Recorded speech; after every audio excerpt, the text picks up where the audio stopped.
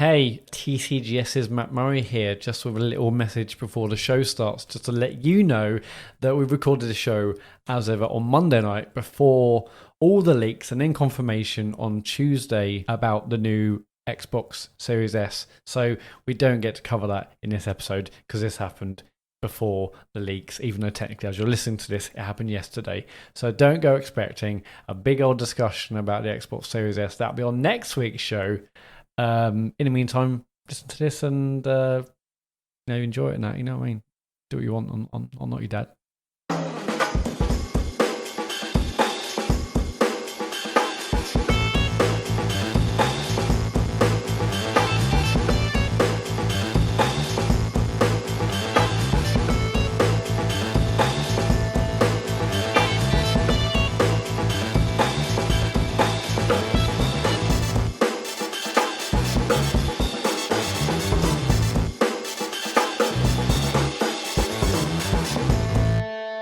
Hello and welcome to the Computer Game Show. My name's David Turner. I'm here with James Farley. Hello. Matt Murray. Hello. And Sean Bell. Hello. We're going to start the show this week by thanking our Patreon producers for the month. They are Aaron Patrick, Simon Nelson, Tom S., Jack Oven, Moomin Biscuit, and Richard Sawyer. And also Dave Ernsberger. I'm sorry I said and between Moomin Biscuit and Richard Sawyer and then had to have another and for David Ernsberger. It sounds like I've got some sort of agenda against Dave Ernsberger, to be honest with you. And I'll be honest, he's my favourite. He's not my favourite. They're all equal, okay? They're all full Nels, and that's all that matters, all right? Sorry, Dave. I owe you one, mate. Is it just muscle memory? Because obviously Ernsberger's the newest one, so you're just used to going Moomin Biscuit and Richard Sawyer, and that's just I just habit. think I've come to realise that I'm a bit dim. Yeah. Do you know when you have that realisation? Just now you realise that. You think, yeah. Well, I mean, if I was a little bit more intelligent, I would have worked that out ages ago. But it's just now, it's taken me 35 years to realise I'm a bit dim. And here we are. I mean, at least you got a name for it now. Do you know what I mean? It's just good to know, isn't it? You know, to like jazz up the Patreon producers, an idea just came up to me. Like, maybe towards the end of the year, November, December, anyone who's been like a Patreon producer over the year gets invited to a bare knuckle fight, basically. But what have they done this on Kind of Funny or something? Is this the relief? He's joking. Thank fuck. Because honestly, I thought I was going to get invited to dinner with all of us. What part of my tone makes you think I'm joking, Sean? And then the winner is declared Patreon producer of the year. Everyone else has probably passed away.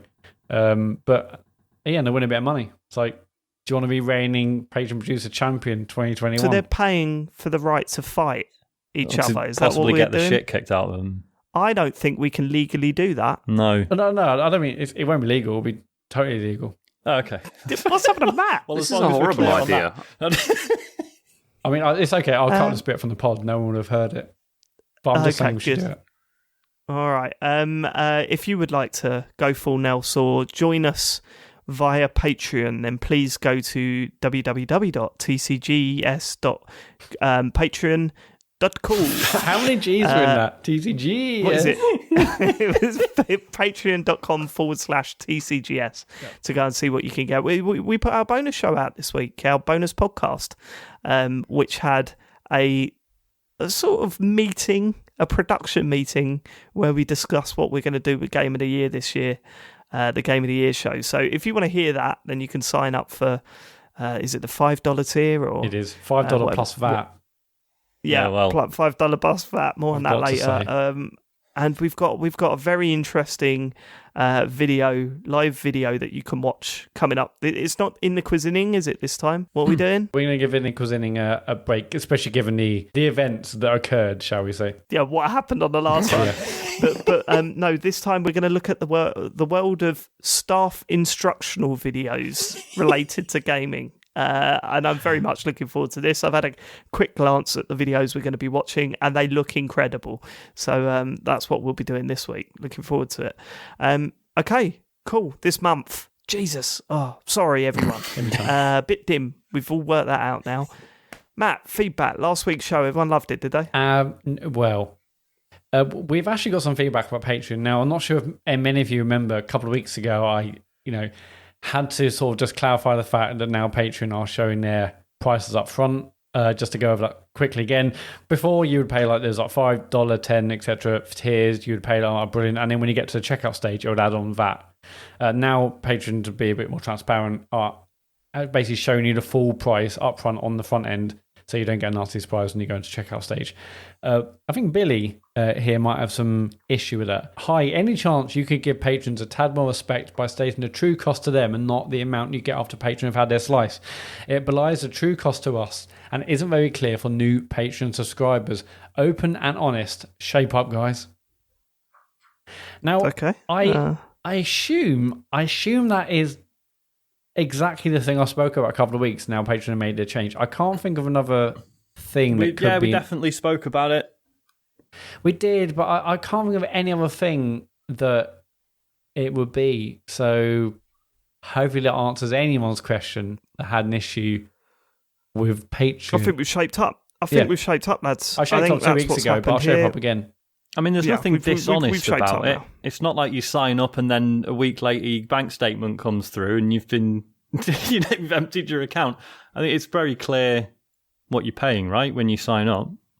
No, I mean, maybe it wasn't before, but that was definitely Patreon's issue and not ours, right? No one else it still said complained. 5, but when you went to checkout, it said here's the true cost given VAT and whatnot, and that. Yeah. Anyway, it's weird. Yeah, it is weird that they didn't include VAT in the original thing, though, isn't it? Yeah, I guess maybe because there might be like different sales taxes, particularly in America, where that might vary. But then sort of vary by territory. We have computers now. We have ways of calculating that. You can get it on import. No, all I'm saying, but it'll calculate that stuff at the checkout rather than because then our Patreon page would have to be like, oh, if you're in America, it's this much, or if you're in the UK, it's this much, and it'd just be messy. So, well, they've worked it out now, though, haven't they, Sean? So Thanks for the feedback, Billy. Billy, hopefully that should be fine now. If you go to our page, it should give you the price plus. Yeah, just click on the full nails tier, and I think that'll be fine. So yeah. Try that one out. Yeah, Rob has some feedback. Just some feedback / a question. Do you guys have time to follow Jim Sterling? He makes some amazing arguments and points which that I adore David opinions on, especially as Jim often makes points similar to James, which James should definitely use against David, as your arguments are always amazing listening. E.g. Epic don't want to pay Apple 30% tax for using their shopfront, but they themselves charge companies 12% for the Epic store. If they don't pay a tax, they shouldn't impose a tax. Well, no, hold on. No, they're saying less of a tax, right? Yeah, that's different numbers. They're different numbers. One's 30 and one's 12. Jim, you've balls that one up, Jim. Classic Jim. No, I've enjoyed Jim Sterling's work in the past. I've disliked some of his work in the past as well, but not to the point where I think it's bad. When I say I've not liked some of his work, it's mainly I've disagreed with it rather than not liked it. I think he puts a point across quite well. See, I'm the other way. I tend to agree with what he says. Just don't really enjoy the way he says it. But oh really? Why is that? I don't know. Just his and don't get me wrong. It's something he does on purpose. It's just something about his delivery I just find a bit relentless, and I don't know. How are you okay with me? That's the question. Maybe I'm not. Maybe I'm not. You know, maybe he's not. Mate. What about that? James, do you still listen, James, every week or watch him every week? I do often watch, yeah. Because I do agree with a lot of the stuff he says. But yeah, I also the style is not always my thing, but it's still he does make a lot of good points, which is it says here Jim often makes points similar to James, or is it James making points similar to Jim Sterling? Matt, Jim Sterling gets all his arguments from James. So Matt, you're doing a kind of funny thing here. Is this what's going on here? What does that mean? No, I'm just. What's that? What's that podcast we used to love that they shut down? It's like Pot of Rolling Stone that had like John Davison. What's that? That was a great show, wasn't it? That happened briefly. Was he on that? You see, well, because when I first started listening to podcasts, it was the Destructoid one. Jim used to be on, and that was like the first show I listened to that made me go, "Oh, you can just do this remotely. You don't all have to be in the same room." Yeah. So just to get that clear, you're accusing James Farley of nicking thoughts and ideas. I was just saying. I mean, he's got a previous. I mean, like I just mentioned, that John Davison thing. I think that used to come out on the same day we recorded, and then we'll hear our pod, and then we'll hear their pod. I can't believe this is James, coming from you, James, Matt. do you want to respond? I can't believe it's coming from Matt. This is incredible. So go on. Why is that? Well, there's quite a lot of similarities between, some kind of funny ideas and, ones that appear on our pod as well. Definitely, yeah. I remember the Annapurna I always look to incident. the big people and say, how can we use that? Definitely. Great minds think alike, Yeah, it's the Annapurna incident, when we were watching the show. It was interesting. The what incident? The one where you just basically copied an idea off there, but you hadn't remembered all the details of it, and then tailed off as you were saying it. It was quite good. I don't remember that. Have you got any more detail? Interesting. We've got a little bit of a clash going on here, Sean. You didn't Keep have an any eye more on this, detail. mate. You have. Is this when Matt said Annapurna were good, and then you asked him to name some of their games, and he couldn't? Yeah. Is that Yeah, but what's I going to do kind of funny? That they are good. They've done loads of good stuff. Yeah. How's that relate to kind of funny? What do you mean? They said exactly the same thing, Matt. Well, no, I mean, but we've all been saying Annapurna are great for ages. Yeah, that's right. Look, Matt, if you want to get into a big thing here about you're saying that I'm ripping off other people's ideas, because that's basically what you're saying here. I mean, that's ridiculous, if anything, considering that your entire marketing strategy for this podcast is based on kind of funny. Absolutely, no, I'm always ripping off what the bigger people are doing for sure. So what is your beef here? What are you having a go at me for? Don't think I was I? Well, I think you were. If anything, it was Rob.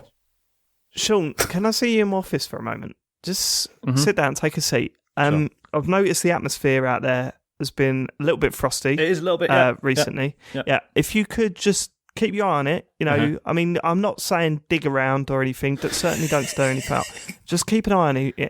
If it seems to be bubbling over, can you just knock on my door? I mean, I say it's always open, but it's not. I don't want to. That's the metaphorical door is always open. Yeah. Knock on the door. Let me know, and I'll have a word. All right. Okay. All right. Cool. Okay. Cheers. All right. Nice one. Thanks. Good chat. Mate, yeah. Good no chat. Worries, no worries, mate. Close the door on the way out. Will do. Next bit of feedback. Chris Ban. Hello, love the show, even if banter casts are dead. Come on, Chris. I've been catching up in Chris, no one remembers that joke anymore. That was years ago. Everyone's forgotten about that podcast. Go on. I've been catching up on Matt Splunky's stream. I'm glad you're enjoying it. But has Matt ever experienced a roguelike before? I'm 47 minutes into the first one, and he almost falls out of his seat and shouts, what I think is, haven't I died, mum? Before seemingly finding out for the first time how run-based games work, before once again forgetting later on. I think I don't know if I have actually. We'll carry on. You don't know what a roguelike is? No, I get that, but I don't think I played one before. You understood what a roguelike was going into this? I mean, I know it changes every time. Yeah, I think it's more about that than the whole starting again every time. But why would it? What would change if you weren't starting again? Well, no. I thought the level changed every time. I thought that was what a roguelike really was about. But if you weren't starting again, you wouldn't be doing the same levels. Well, no. I thought roguelike meant basically the levels changed. It were different every single time you went to play it, rather than you starting everything again. But it doesn't matter. Right. Okay. But if it's not making you go back to the start, how would you know th've changed? Well, I mean, if a tree fell in the woods, how would you know if you have to collect the items? Well, I mean, if I went back to level 1 again, this is different to the first time because it's laid out differently. How would you go back to level 1 again?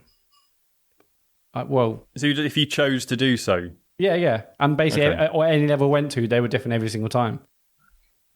That's what I thought. Sean, can I see you in my office, please? Yeah, sure. Just sit down. I've noticed that Matt might be broken. Could you just quickly turn him off and on again? And see if that helps out. While we're just in the office, should we hear the noise that Matt made? Yeah, please. No, just go. I'll speak to you later. Shut the door on the way out. Next bit of feedback. Oh, no! I do that a lot, actually. I made some choice sounds on this Sunday. That was great. Spike's dead. Spike was Right? dead. Do you know what I mean? Spike's dead. Poor Spike. Yeah, someone new came into the stream and I started harassing them. Hang on, I want to hear this. Haven't I died, Mum? He's searching around for it. God, Look at him just sliding down that. Okay. Oh no, it must be the wrong timestamp. Anyway, You don't sound well, Matt. There, that was. No, sorry. This is 4738, probably in the first one, not last night's one. I see. Yeah. Of course. Yes, that would make sense. Dave, can I have a word? No. I'm sure, this is Chris again. I'm sure we agree that if Matt finishes it by using the shortcuts, Splunk is very much on his plate. Same if he doesn't get to hell at least once. Also, what's the obsession with the mice all about? I mean, you tell me. I don't know. There's mice in the game. I'm trying to question what they're about. All right? It's got to be sad to do. I mean, I must admit, when I saw you planning, you picking up the mice or whatever, and you were like, what do these do? What do these do? And I thought, well, they must do something, right? Yeah, it feels like they're game around. like Spelunky. Yeah. I think they're just there to throw in front of the traps. Oh, to throw in front of the traps. Well, that'd be that then, wouldn't it? That makes sense. I feel like there could be more. He's saying you've got to do it without warp pipes. So otherwise it doesn't count. That's what you're saying. You got. Is that flexing, Sean, or no? I don't think so. Maybe a bit. I mean, like I say, it's one of those that, like, once you've mastered it, it's almost easier to do a full run because then it means you've had more access to the shops building your and stuff stuff. up as you're going through it. Yeah. Okay. All right. How are you finding it anyway, Matt? Are you going to be talking about that later, or? No, probably not. I mean, I still really enjoy it. I said that last week, so I'll talk to you about it when I'm done, I guess. So number two's out soon, right? Yeah, on the. Is that? Are you going to sort of just try and jump into that, or are you going to wait until you're done with this one? It depends. I mean, I'm still really enjoying playing this, but if there's a sequel out, I might. It depends what the people want me to do. But it's actually out 2 weeks. It's actually on the 15th on PS4, but not until the end of the month on PC. It doesn't matter because I'm playing on PS4. Same day as Mario. that's a tough. Well, the 15th. Well, no, it's not. Is it? Everyone loves it. Yeah, 15th, isn't it, for Mario? Isn't it? I don't know. That's the 18th. Okay. Oh fuck. Right. Okay. I thought it was. That's a shame. But I'm wrong. Okay. That's a real shame. Cool. All right then. Graham Thompson Gold. I just wanted to really thank you for the great spoiler cast and tell me why. As a queer person myself, I don't think I can explain how much it means to see representation of experiences and just characters which are more like me. Seeing relationships where which I can identify with is always still a pleasant surprise in the game. Maybe that sounds a bit sad, but I mean it is so positive and accepting to see more people like me or my friends showing up in mainstream games. I'm a 43-year-old man, and if you would have told me when I was a teenager that I could expect to see this in my lifetime, I would not have believed you. Stuff like this makes a difference. I also think the way you handled the discussion around the character of Tyler was, as expected, mature and positive. Anyway, enough of my praise. Fuck off and start shouting at each other again. That's from Graham. I mean, we it was like you predicted that we were already going to have a really frosty start to the show there, so you're spot on. Thanks for that. You know, as we said on the spoiler cast, it's a tough subject for us to talk about because we know, you know, we have no life experience with living through those things. So getting an email like that to say, you know what, you handled it well, actually means a hell of a lot to us because it's one of the fears we had walking into it. You know, we don't want to upset anyone, definitely. And we know that because we're not as familiar with these issues as perhaps we should be, that, you know, there's always that fear that we'd say the wrong thing or cover something incorrectly. But no, so it's nice to hear that, you know, maybe there are still some people out there that think maybe we said the wrong things or done the wrong things. I don't know. But to hear that from at least one person is sort of just a nice gentle nod that we really appreciate. So thanks for sending that in. Cool. Yeah, thank you so much, Graham. Massively appreciate that. And I'm looking forward to the next couple of Spoilercast. Derek, hello, long-time listener, first-time writer. I listened with interest to Sean Bell's tale of turning from the light side and Fable by getting fat and kicking chickens. I also tend to go the nice guy route in most games, but something about the tone of Fable made evil seem more acceptable. This culminated in walking my wife in the game 3/4 of the way around the world map and throwing her in a sacrifice pit. I felt a bit guilty afterwards, but I did grow a boss set of devil horns. Congratulations on being Colombia's top gaming website. Thank you. I mean, that is quite bad. Wait, first of all, what is the top Colombia's gaming website? What is that about? Well, because we got a .co domain. Oh, that's a shame. Yeah. I thought it was legitimate. Like they just announced as the top gaming website or something. That is a shame. That one. It is. I'm a ultra good guy in video games as well, and I'm kind of disappointed with myself about it because the bad guys seem to have more fun, don't they? They certainly do in Dishonored. That's what I went for. I just feel bad making like evil decisions. There's no fun in it really. It depends, Sean. As I said, if you play Dishonored, you get to control. You have no, that's true. That's absolutely you true. have no choice in Dishonored. You've got to be the bad guy. Well, the way I play it, I'm just too shite at it. Exactly. But I know what you mean, James. Like, it's very good fun. Just slaughtering people instead of sneaking around them sometimes. But yeah, I mean, certainly in Fable, like Fable's sense of good and evil is so fucking cartoonish anyway. It's like, oh, you murdered a thief, you're good. It's like, so real life's a little bit more complicated than that. So yeah, well, I mean, a great example of which direction to choose is Disco Elysium, and I know a lot of you.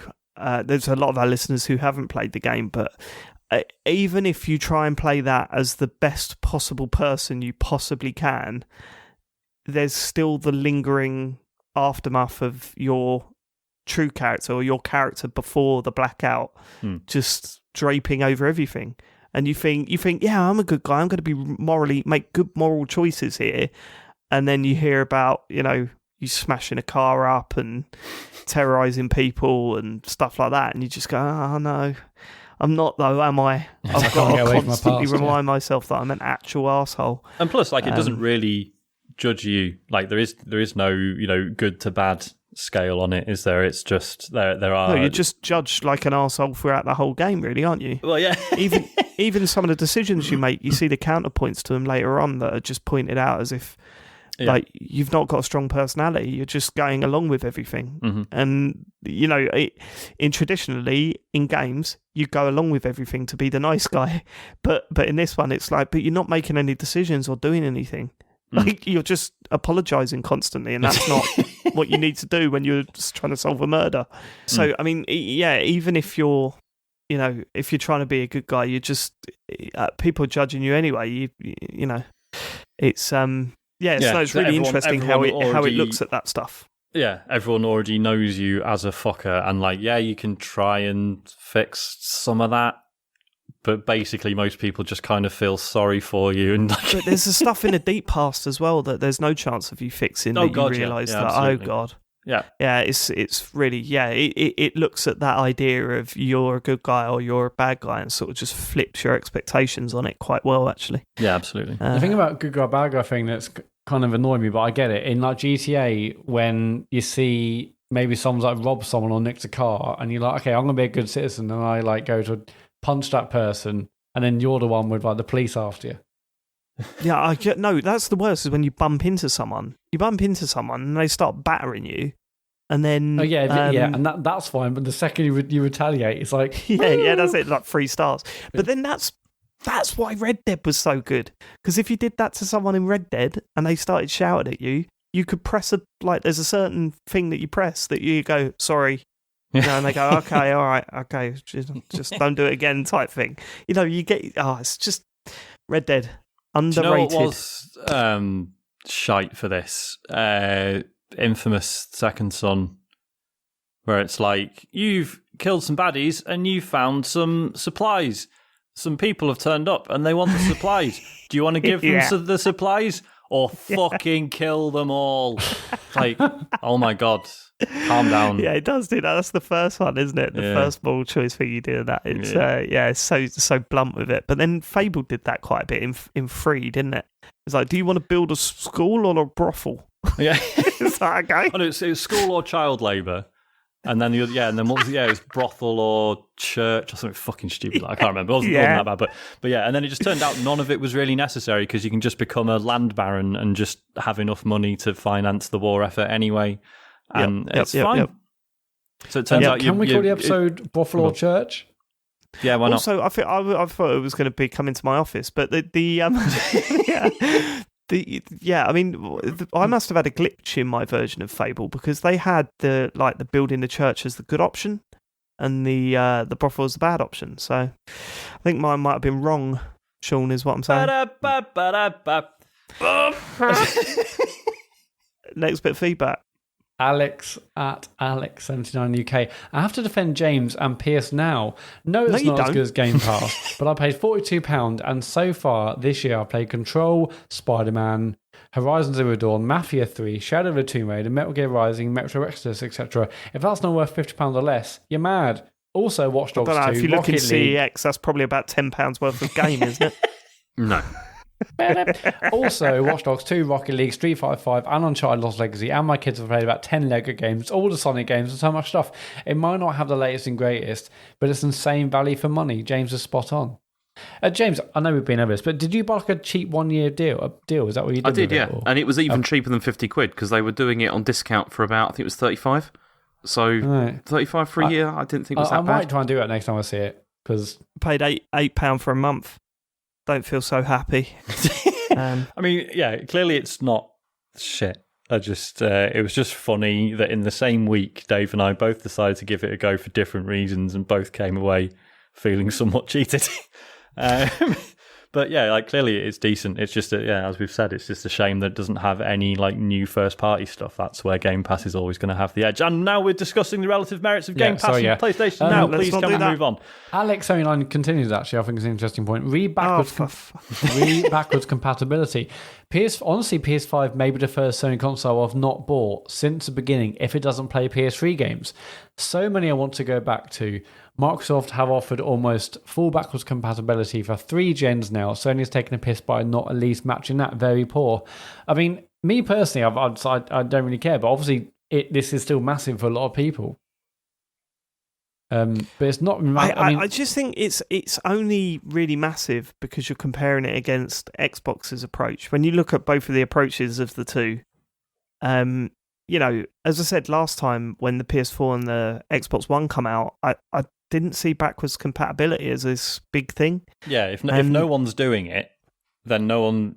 I mean, obviously some people do care, but broadly speaking, no one's massively bothered. You just sort of accept that sometimes it's, you know, one of the costs of like radically changing the hardware or whatever. But yeah, if one of them's offering it, then they fucking both better at it. Yeah.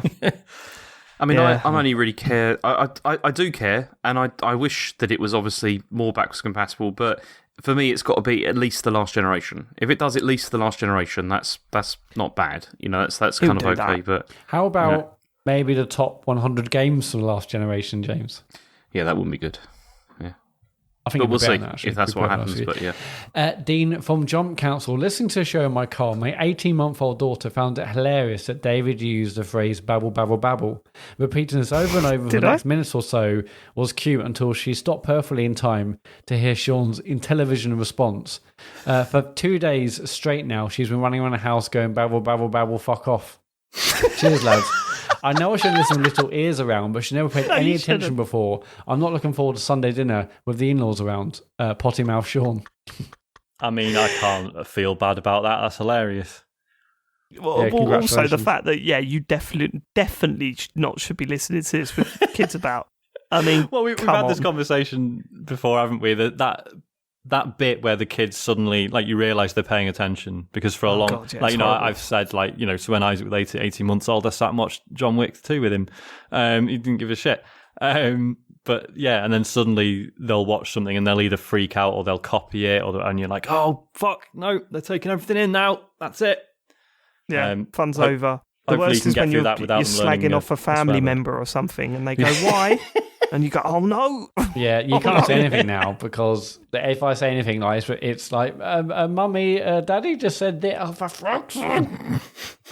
Yeah, I mean, I'm definitely next time I see Elodie, I'm definitely going to turn around to her and go, "So, should Dad say anything about me when I'm not about?" To get a little notepad out. Doesn't say anything about you. No, I'm fine with that. What's he say about James? We're going to the next bit of feedback. Wrecked Reese. Sorry if I've missed something, but could you clear up what the Bayonetta thing is? Glossed over it a bit. Sean? Is this? Do you want to clarify? And this is great for new listeners as well. You know, they may have missed out on this choice bit of TCGS history. I've got a thing for Bayonetta. Deal with it. More detail than that? I love the fact, to be fair, Sean, Yeah, I respect you so much because back in the day, Yeah. you would every time it come up, you would go, "It's overblown. It was a joke, and it was taken the wrong way." And well, to be fair, because the joke was that I had actually had a wank over her, which is not true. Come on, Sean. No, just admit it now. There's nothing to admit. I've already admitted. Yeah, fancy Bayonetta. Cheers. Okay. Fancy Bayonetta. Well, that's another episode title. We're swimming in them this week. That Bayonetta thing. Anyway, that's it for feedback. If you want to leave us feedback or a message, or just do whatever you want, it's just go to tcgs.co/deartcgs. Cool. James, are you ready? Yeah, it's news time. And there is news. Me. Hold on, boys. Jesus, hold on to your that was butts. fucking intense, wasn't it? It was tense. I expected him smashing down the door to my office, just doing up his tie, looking at me and going, "It's news time."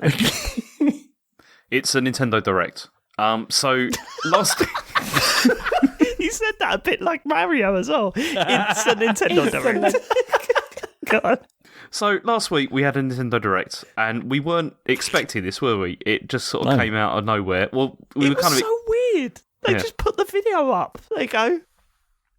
Is it them throwing their toys out their pram, do you think? No, I think it's them just having no strategy or whatever. Well, it's no, just, I think if anything, they must be liberated the fact they don't have to do any events. Of like, well, we can just do what we want now. Like obviously, but usually they announce it saying there's a direct today. Yeah, I mean, this is the first time done it for direct. Like they've shadow dropped, or they've just dropped like the partner directs on their YouTube channel, and they dropped. I hate industry chat. I get this though, because this is a bit like me when I do streams, where sometimes I don't like to announce it, and I like to just do it. Because then there's like no expectations whatsoever. And I think that's what they're doing now. But shadow drop, Matt, I know you hate management speak, so I don't know why you... go on.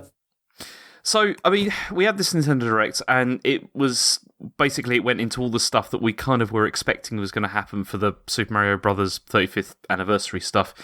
And I mean, should we go through what they announced? Because I've got a list here, but it's not a list. It's not in chronological order, which I know is going to really irritate Matt, but I don't care because this is the list. Before you start, though, right? It should be in chronological order. It's ridiculous that it's not. Secondly, this is one of those situations where the moment I stopped watching, I was like, "That's the best Nintendo Direct ever! I'm so excited!" And then the caveat minutes that followed was the punching in the stomach. It's always like that. It's just Nintendo. There's always the caveats that you have to be aware of that there's going to be. It's right, let's go for it. So first, okay. So I mean, the reason this is not in chronological order is because this is obviously stolen from Eurogamer, and in their roundup they don't do it in chronological order. I don't know why. No, right, you don't copy things, right? I gotcha. Let's go. So we've got the re-release of Mario's 3D platforming games. So this is going to be Super Mario 64, Mario Sunshine, and Mario Galaxy. And this is going to be, it's the Super Mario 3D All-Stars Collection. And that's coming out on the 18th of September. Everyone goes nuts. Yeah. Nintendo pulls the boxing gloves on, stares you in the eyes, and punches you in the nuts straight afterwards. Look, don't get me wrong. This is exciting. I can't wait to play these games again. I really can't. I'm mainly for Harry, sitting down and him going through those old games, especially Galaxy, because I reckon that still holds up. Mm-hmm. It's just some of the information that came out afterwards. I mean, look, this is, I guess, the wrong attitude to have. But I assumed if they were going to put the All-Stars name to it, they were going to keep to the All-Stars thing. And if you remember, when All Stars come out on the SNES, they completely redone the graphics of, Super Mario Brothers. 1, 2, and 3. Yeah, they did all of them. Yeah, made it look more sort of current and everything. So I thought there was going to be a lot more work put into this than there was, to be honest with you. And some of it is really fucking frustrating. But let's start with Mario 64, shall we? Yeah, so it's been up-res, hasn't it? That's basically all they seem to have done to it. That's it. But that is it, right? What's annoying, that is it. And what's annoying is that they had this whole section where they would talk about what they've done to the games to bring them to Switch. And it seemed to suggest, if you were not looking at the small print at the bottom, it seemed to suggest that all the games were being made widescreen, which is a big deal for Mario 64. But at the bottom, when they were saying to bring these games to Switch, we've changed the was it the ratio or whatever? And then at the bottom it says Super Mario Sunshine, and it was like, what? Yeah, because it shows Super Mario 64, and they go, "Oh, we've increased the resolution." Then it goes to Sunshine, and it's like, "And we've made it widescreen," and then it's like, and it was brackets only Super Mario Sunshine. I know. Fucking hell. And it's just, I don't know, I wasn't expecting like a huge overhaul. I wasn't expecting like new shaders and textures and models or whatever for a game like Mario 64. I'm not bothered. But when it's so obvious, obvious that it's just a fucking ROM and something. I don't know. I was expecting bare minimum. Because that's what they seem to do these days. Okay, with these expecting maybe, but hoping. But also, 35th anniversary, I was maybe expecting them to do more than just literally put the ROM on the disc and make it high-res. You've got to remember as well, we've seen loads of fan videos recently of Mario 64 with new graphics, and they all look pretty impressive. All right, they don't look Nintendo quality, but they look pretty impressive. Well, and Nintendo's just go, nah.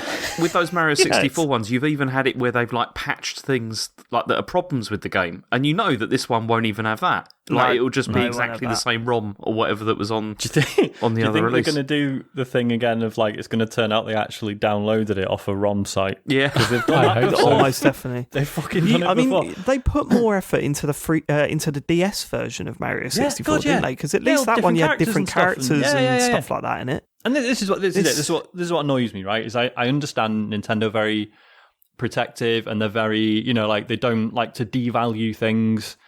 And it's like, well, if you respect your game so much, and you should, like, obviously, Super Mario 64, if it had come, 3 or 4 years later, it still would have been revolutionary because it just, totally wrote the book on 3D platformers.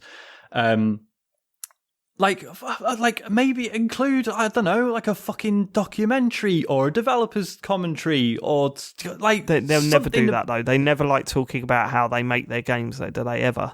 Yeah, they do. Like I was saying the other week, there's the whole talk about the world design in Breath of the Wild that Nintendo gave, and it's here's how we did it. Here's how we use geometry to create interest and excitement in the landscape and stuff. And all right, okay, maybe I'm wrong. Miyamoto has done those things for the original Super Mario Brothers, explaining how he designed World 1-1 and how it's supposed to introduce all the concepts and all that kind of thing. All right, okay, maybe I was wrong there. Shut your mouth. Go on.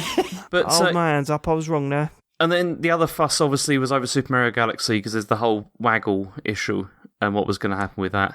Mm-hmm. Well, yeah, I mean, when we were originally talking about these games coming to Switch, I was like, finally, they can make a version of that game without the stupid motion controls. Because, I hate it's what really put me off that game. Mm-hmm. Not so much waggle to spin, that stuff was fine.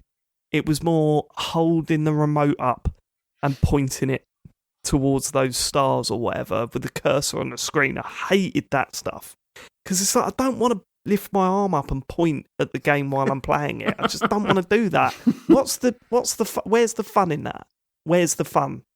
I don't understand where the actual fun is of using it like a telly remote. I don't see what I didn't mind that fun stuff, is in that. But it was more just, well, what am I going to do if I'm playing this portably on the Switch? Well, you're going to use the touchscreen, Sean. That's what's going to happen. Which is going to be horrible. Which is terrible, because that means you're going to have to let go of that rather heavy handheld console to touch the screen for a little bit and then return your hand back. That makes no sense to me unless you're playing in your lap. So they've officially confirmed to do that stuff, you need to touch the touchscreen. So what happens when you play it docked? No, if you're playing it docked, then you can use a Joy-Con or whatever to point, or you can use the Pro Controller to point as well, I think. Yeah, that's what I thought was weird about that Eurogamer article, because they suggested that, maybe you can... what was their suggestion for... I'll have to look it up, but they said maybe you'll have to do this in TV mode. And I was like, no, the Pro Controller's still got motion controls. You could just... If you remember... do you remember the keyboard for typing text in on the PS4? Yeah. You could press the touch bar and then you can move your controller about. It's awful. It does work. It'll be exactly the same as that. No, it does. It'll work enough for this, I think. It'll work enough for this. And if it means... I don't know if that will, though, because the whole thing with the Wiimote thing was that you pointed, weren't you? Because it was picking it up on the IR sensor or whatever, like what you were pointing at. Yep. It wasn't motion control. It was pointing. Yeah. Yes, but the IR blaster isn't in this, is it? It's not in the Switch. So all you need to do is have that cursor on the screen. It's like playing Splatoon 2 with motion controls. Yeah, it's never going to be like Zelda one-to-one aiming, but yeah, you just sort of wave it round and it moves the cursor. Yeah, and I much prefer that because it means that I can have my hands in my lap and I can just like slightly move the pad around, and that's fine. I'm not lifting it up and pointing it at the screen just to so like the fucking IR blaster picked up. What Sean said would probably be the best is if they'd like just modded it or something so that they just automatically get sucked into you or something, like as you're going around. Wow, again, I said that. If was it was Magnetic Mario, that was me. Is that thing not in the right Joy-Con? Is that not IR? What's that then? That's an IR blaster, but that's not being picked up for. Yeah, because there's no receiver, is there? There's no receiver. It's like a distance sensor, isn't it? Rather than a. Yeah. It's got nothing to do with how the motions are working on the thing. Mm-hmm. But yeah, this is what the Eurogame article said. Super Mario Galaxy is also playable using a Joy-Con grip or Switch controller, but Nintendo hasn't yet clarified how pointer functionality will be replaced in these instances. Mapping it to the right stick would seem like the most logical solution. No, it wouldn't. No, it wouldn't. No, I think it's going to be, like Splatoon controls, basically. Yeah, so that, I mean, it's a bit disappointing, but I don't know, it's still, it's coming out on the 18th of September. Hang on, we haven't talked about the final disappointment yet. No. Which one? No Galaxy 2. Though? Yeah. Did you not hear this before? I mean, we've heard this for ages that Galaxy 2 wouldn't be part of this package. Well, yeah, it is a shame though, isn't it? Up until now, we could have been forgiven for assuming that was just like an omission, because it's like, oh, well, it's just Galaxy in it. It's the Galaxy thing. It's all the Galaxy games, possibly. I guess so. And what was doubly weird was that, so not only was Galaxy 2 not in this collection, but also at the end of the show when they did a whole, like, here's a video of every single Mario game ever, it wasn't in there either. Yeah, so what the fuck's that about? I found out on Twitter, it wasn't that. It wasn't, they weren't showing every single Mario game. They were showing every Mario game that you can currently play on the Nintendo Switch. Oh, I see. Like, that was their big thing. It was like, look how much Mario that you can play on the Switch. So it was going through all the NES and SNES versions and this, that, and the other. But also they can sell this extra, can't they? It's like as a download or something, probably. Well possibly, this is where we're going. This is the other weird thing. They kept saying throughout this presentation, available till March, and then March, you've only got till March to buy this. Yeah. It was like, what? Yep. What? And then when you think about it, you go, well, of course, like when March is done, they'll get rid of this package and sell them individually on the store. What they'll do is they'll wait about 6 months or so, and then they'll start selling them on the eShop, like as individual ones, and probably include Galaxy as well, each one about 45 quid. And they'll re-release another All-Stars with all of them in, and you'll feel completely mugged off. Yep. That's what'll happen. Do you know what else fucking sucks about this as well? And this was pointed out to me by a friend of the show, Cami Toman. Were you hoping they were going to put N64 games on the Switch via the online shit? Yeah, it's not going to happen now, is it? I wasn't expecting that. Because this is how they're doing it. Apparently, this is how they're selling you an N64 game on the Switch. So I'd be more disappointed if, this replaced any GameCube games that might have been coming, but yeah, I don't know, maybe they're better. I mean, it's got Sunshine on it, so... It has, yeah. Yeah, I mean, a lot of people saying Sunshine gets a bad rap. I liked it when I was a kid. Do you know, I never played it. I liked it. And I should. I know it, yeah. I mean, obviously, I had always wondered if a lot of the criticism was just, well, it had to follow up Mario 64, so of course it was never going to... it's not like the second of a Mario-style game hasn't been bad before, you know what I mean? Mm-hmm. It was basic. What's that? Number 2 Mario game, and the concept is totally different, and you're doing different things throughout the thing. Okay. But no, I mean, I'll play Galaxy because that roller coaster bit was really good, wasn't it? Not Galaxy, Sunshine, because the roller coaster bit was pretty good. Well, there was also Galaxy. I never finished, so I need to play that. Really. Sunshine also had those void levels, which were brilliant. Like, they were really, really good. They did, yeah, they were good. But yeah, no, I'm excited. So Matt, what ones have you played and what ones haven't you played? I played all of them. Oh, really? Yeah. Okay. Of course I have. I wouldn't say of course you have. No, I mean, yeah, we spoke about this on the stream last night. Like, I've played loads of Mario games. I just haven't played a lot of 2D ones because when I sold my Wii, Well, I played. No, it's not getting to it. Yes, I played all these, and I'm definitely gonna buy this. And I want it digitally because I want it on my console at all times. And I didn't finish Galaxy, and I didn't play Galaxy 2 because I sold my Wii by that point. So I do hope that does come to the system at some point. Yeah, Galaxy 2 is excellent. It's probably better than the first one. It's I heard that. So I desperately hope that comes at some point. And yeah, I'm definitely gonna get this. It's disappointing I haven't done much, but I'll get it. So I'm the mug, really, aren't I? See, I'm surprised that you're going physical for this and digital for. Digital for this and physical for 3D World, to be honest with you. So, but I mean, I know what these games are like, and I just want Mario 64 on me at all times. So I want that digitally, and I'm not going to sell it. Mario 3D World, obviously, you guys have said it was all amazing, but I'd rather get it physically and then see how I feel about it. But these, I know, I enjoyed all of them, so I want them on my console. The whole when Nintendo announce a limited release of something, you want the physical. Definitely do, yeah. Like 30 years or whatever, it's going to be like retire on it. Expensive. You'd be able to buy the digital ones like next year with probably about 200 or 300 quid to spare. Like after you've sold the game off, it'd be great. Maybe. The whole a lot of people were questioning, why make it limited? Obviously, it's just to get the money in the financial year. Like, there's no other reason. Surely that's it. Like, it's hardly a mystery. Well, the other reason is that I think that we will see another version of this, but with Galaxy 2 added in. See, I don't think those that bought it this year will have to pay Galaxy 2 as a bit of a premium on its own. I don't think they will do this again. I think doing this is like the limited thing, and then as you said, like they're doing it more separately. And it's not like what is the only bonus of getting this is that you get the soundtrack as well, right? That's it. That's correct. I think so. Yeah, sound. One of them they said you can listen to the songs.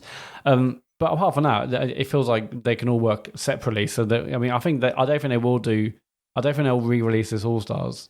But Matt, All Stars would sell for years and years and years. Why would they just suddenly cut it because they want you to buy it this year?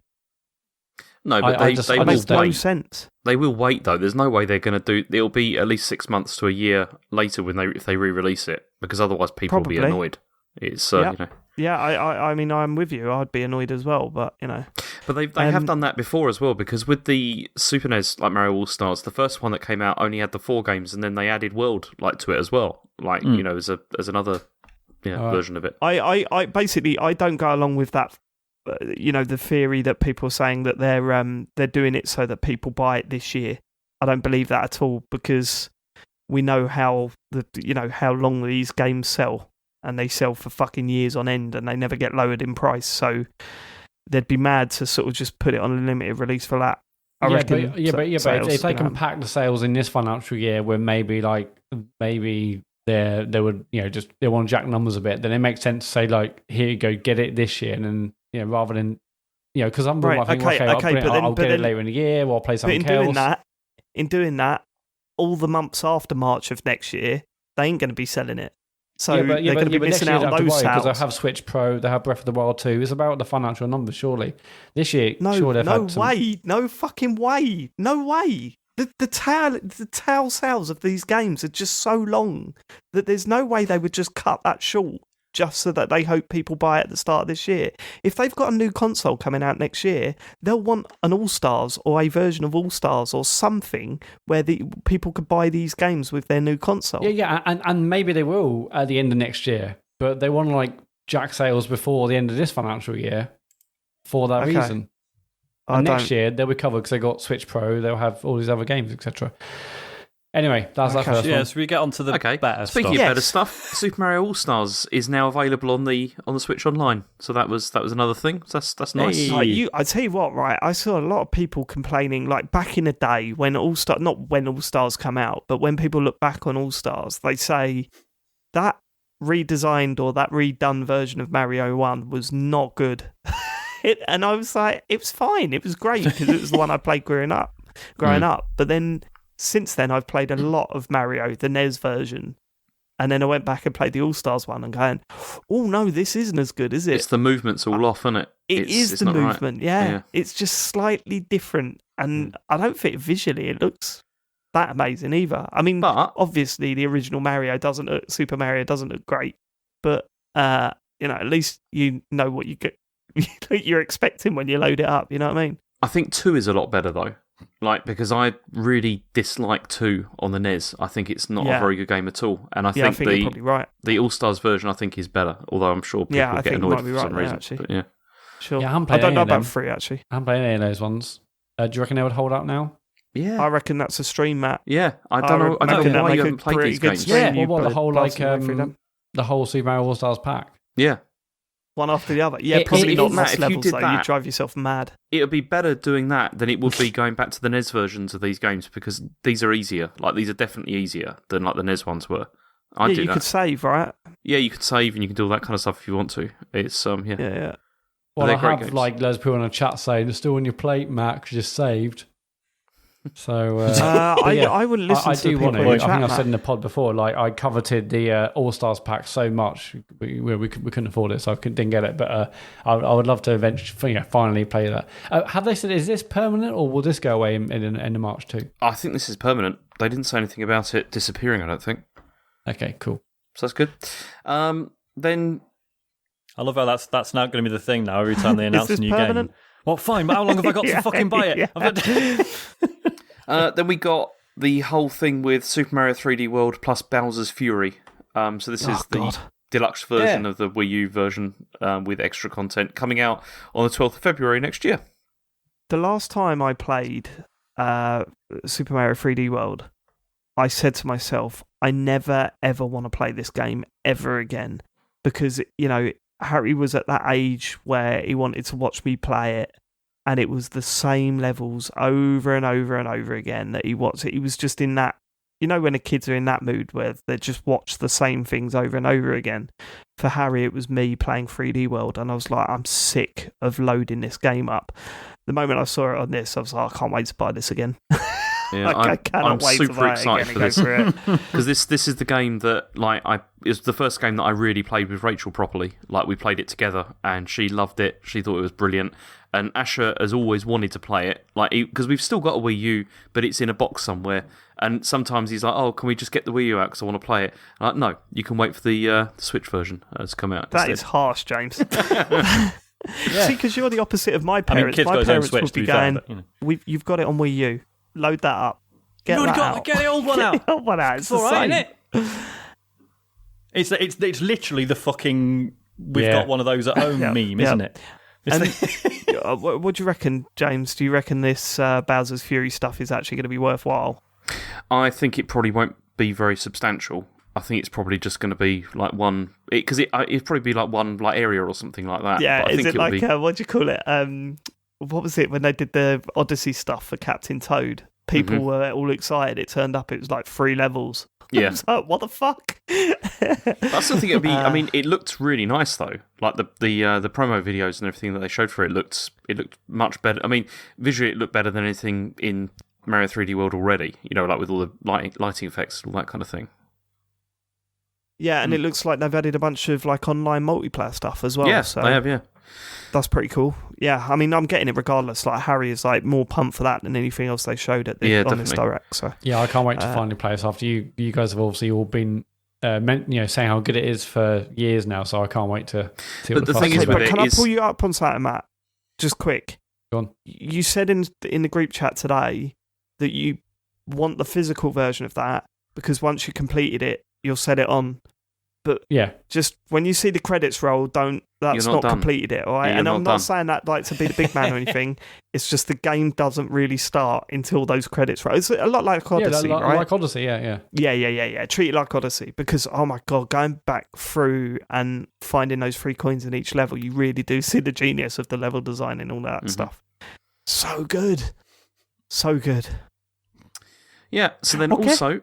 They also announced a competitive multiplayer version of Super Mario Brothers, which is kind of similar. Tetris 99, wasn't it? And it's Super Mario Brothers 35, and so you play against 35 other players with last plumber standing. This is coming out on the 1st of the 1st of October. But again, this is only going to be playable until March next year, which is it's a bit weird, isn't it? Oh really? Yeah, 31st of maybe March. they kill Mario off. Maybe they kill him off. He runs out of lives. Yeah. Maybe all of a sudden, everyone switches, sorry, turn themselves on, and you get to see a graphic of Bowser eating Mario's carcass, and then it comes up on your screen, Mario's dead now. That's so funny you say that, Dave, because they said exactly that on the Kind of Funny podcast last week. Like, exactly no, they didn't. that. They did. I swear to God. Like, listen to. Oh man, now I'm disappointed in myself more than anything else. I mean, Matt's just annoyed that you said it before he did. Yeah. So, but basically, even if you got it downloaded, it's not about you. Even if you downloaded it won't work. It's not like you have to have it downloaded before then. And you can't keep it forever.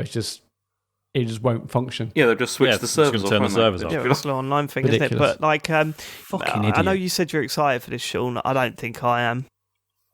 Yeah, No? You think it You're was the hard. Tetris You think it was 99 hard guy. to get a win in Tetris 99. It's going to be almost impossible in this game. It was always impossible for me to get a win in Tetris 99. Didn't stop me playing. Fair enough. Yeah, but me, Oh, I'm a winner, baby. I mean, Just get on there early. You get on there right at the start, and then you'll have a chance. Yeah, get after the day one, you'll be right. After a couple of days, then you forget about it. Yeah. Wait until the Japanese are asleep, and then get on there, load it up. Yeah, I hear you. Okay, then we had Mario Kart Live home circuit. So this is... it's weird, isn't it? I mean, this is like It's one of the most exciting things I've ever seen, but then the more you think about it, the more you think, this isn't going to work, is it? It's not going to work. Yeah. You think it is? It is in my house. The first thing... Big old Tory Sean can't wait to play this. Yeah, but the first thing that comes to my mind is how are they going to deal with camera shake? How do you mean? Well, when you've got something rolling around the place, that camera's going to shake. Yeah. It just is. That's a natural... Like, I I mean, mean, it's going to be like juddering What, even the if it's whole just on time like while a you're laminate- driving. even if it's on a laminate... Of course it is. So enough- they've either got to have some I mean, sort there was of... footage might of be it a on the gimbal in video. the camera. Seemed fine. That's... Yeah, I mean, to be fair, for fucking 90 quid, it probably You should have a think gimbal. for on it, 90 quid, they sell the one where it flips the wheels is £70. You know what I mean? And this has got software in it, plus... Come on, there's no hardware. way that they're going to release a game where it's unplayable because it's just vibrating all over the place Exactly, while yeah, you're trying that'd be to play ridiculous. it. There's no way they'll I'd be do that. fascinated to know how they get around that. Because when you look at it in the thing, and the video, it is like ultra still. Oh, it's and never you'll going to see look that good. That's but- what perfect high definition video of this thing driving about, and I thought it's not going to look like that. I can see a It's not stream, up. Dave. You need to do a stream of you getting Beg your it pardon? and then taking the entire thing apart and then go, oh, that's how they do it. You know, after you've done it. I've just got to. I'll be fascinated. If it works, then my word, they are going to fly off the shelves. I've just got this horrible feeling that you're going to load it up and it's going to be all shaky and just all of a sudden the image cuts out where like the connection drops for a little bit. I'm intrigued to... I want to know what connection it uses, because we don't know if it's Bluetooth or It'd if it be uses Wi-Fi, your Wi-Fi. I'd reckon. Yeah, I reckon Do you so. reckon? Because it would be very cool if you could like just We do do it know outside. that the Switch has got Bluetooth though, right? It has, yeah, but it's rubbish. Exactly, yeah. So... Oh, really? yeah, So to be fair, okay, very so good. yeah, so chances are it's not going to rely on a crap Bluetooth connection, is it? Mm. It probably it's will, Probably going to in be that case. Wi-Fi. But Yeah. But what's that, mate? I'm... Would you say, James? No, you said it won't rely on a crap Bluetooth connection. I said, well, it's Nintendo, it probably will. That's Yeah, but they wouldn't release it if it didn't work. I don't know, man. I think this was the coolest thing I'd ever seen in my life when I watched the trailer. But the more I think about it, the more I'm thinking, is that going to work? Is that actually going to work? Though? I mean, there's no way they'll release it and it just not be and it'd be a total mess. And they've obviously think they've got a good enough product for to release it. I mean, my question is, what would it work like on carpets? If I haven't got laminate wood flooring, is that me out? No, it'd just be slower, wouldn't it? That's what these things usually are. They're just slower. bit more, Yeah, more Harry's- drift on the It's corner. Harry's It essentially looked got cool as this. hell. Harry's essentially got 3 of these toys. Remote control Mario Kart thing, and he still drives it around the living room, so it's not too bad. It's just a lot slower than it would be on laminate flooring. Maybe you can mod the tyres. Yeah, man. Put spikes in them and shit. Yeah. Yeah, I saw this and I thought, yeah. this looks so cool. I mean, I wouldn't buy it because I was not going to buy it, but it looked cool as hell. And it's really exciting to see what it's So like when it actually works. I'm lucky. I'm lucky that I can't afford it at the moment because I would definitely place an irresponsible pre-order. But yeah, so I'll let it come out and so because it might be that it works fine, but people are like, yeah, but in reality you'll get about an hour's worth of entertainment, and there's not really anything else to do with it. That's more of the risk. Come on, that's definitely also the case, right? It also only comes with one cart, doesn't it? And then you have to pay extra if you want to buy like another one. £100 if you want the Luigi one. The fun of this will be playing with someone else. And I think it's an extra Switch as well, right? You can't. There's no split screen. No, there's not. No. so yeah. So you're basically it's just going to be the one cart, isn't it? So you're just going to be doing time trials on your own course that no one else can race on. No, because if you watch the video, like it is racing, but if you want to race against another person, yeah, you can race other characters around the front room. You can play full like Mario Kart with like the computer controlled characters, but it won't be the same, was it? Yeah, that'll get old though. I would like to see what people who get to preview this thing think. To be honest with you, I do. Yeah, totally. Because if it's any good, I'll definitely get it for Isaac's Christmas. It looks bloody great, doesn't it? Okay. Harry doesn't seem bothered, No, neither was Asher. I was really surprised. He didn't really. He was like, that's pretty cool. That was it. But I'm all pumped for 3D World. That's. See, because I just love the idea of like, all right, fucking clear all the shit out from underneath the sofas and just coming up with courses that are like dipping in and out underneath things under the dining table. There's definitely going to be a horrible story about someone using that toy in a inappropriate way, isn't there? Almost certainly, yeah. Yep. Okay. Then we had Game & Watch Super Mario Brothers. So this is like a handheld Game & Watch that has a version of Super Mario Brothers and also maybe other stuff. I think maybe it's just like the original Mario Brothers as well. And I will say this, right?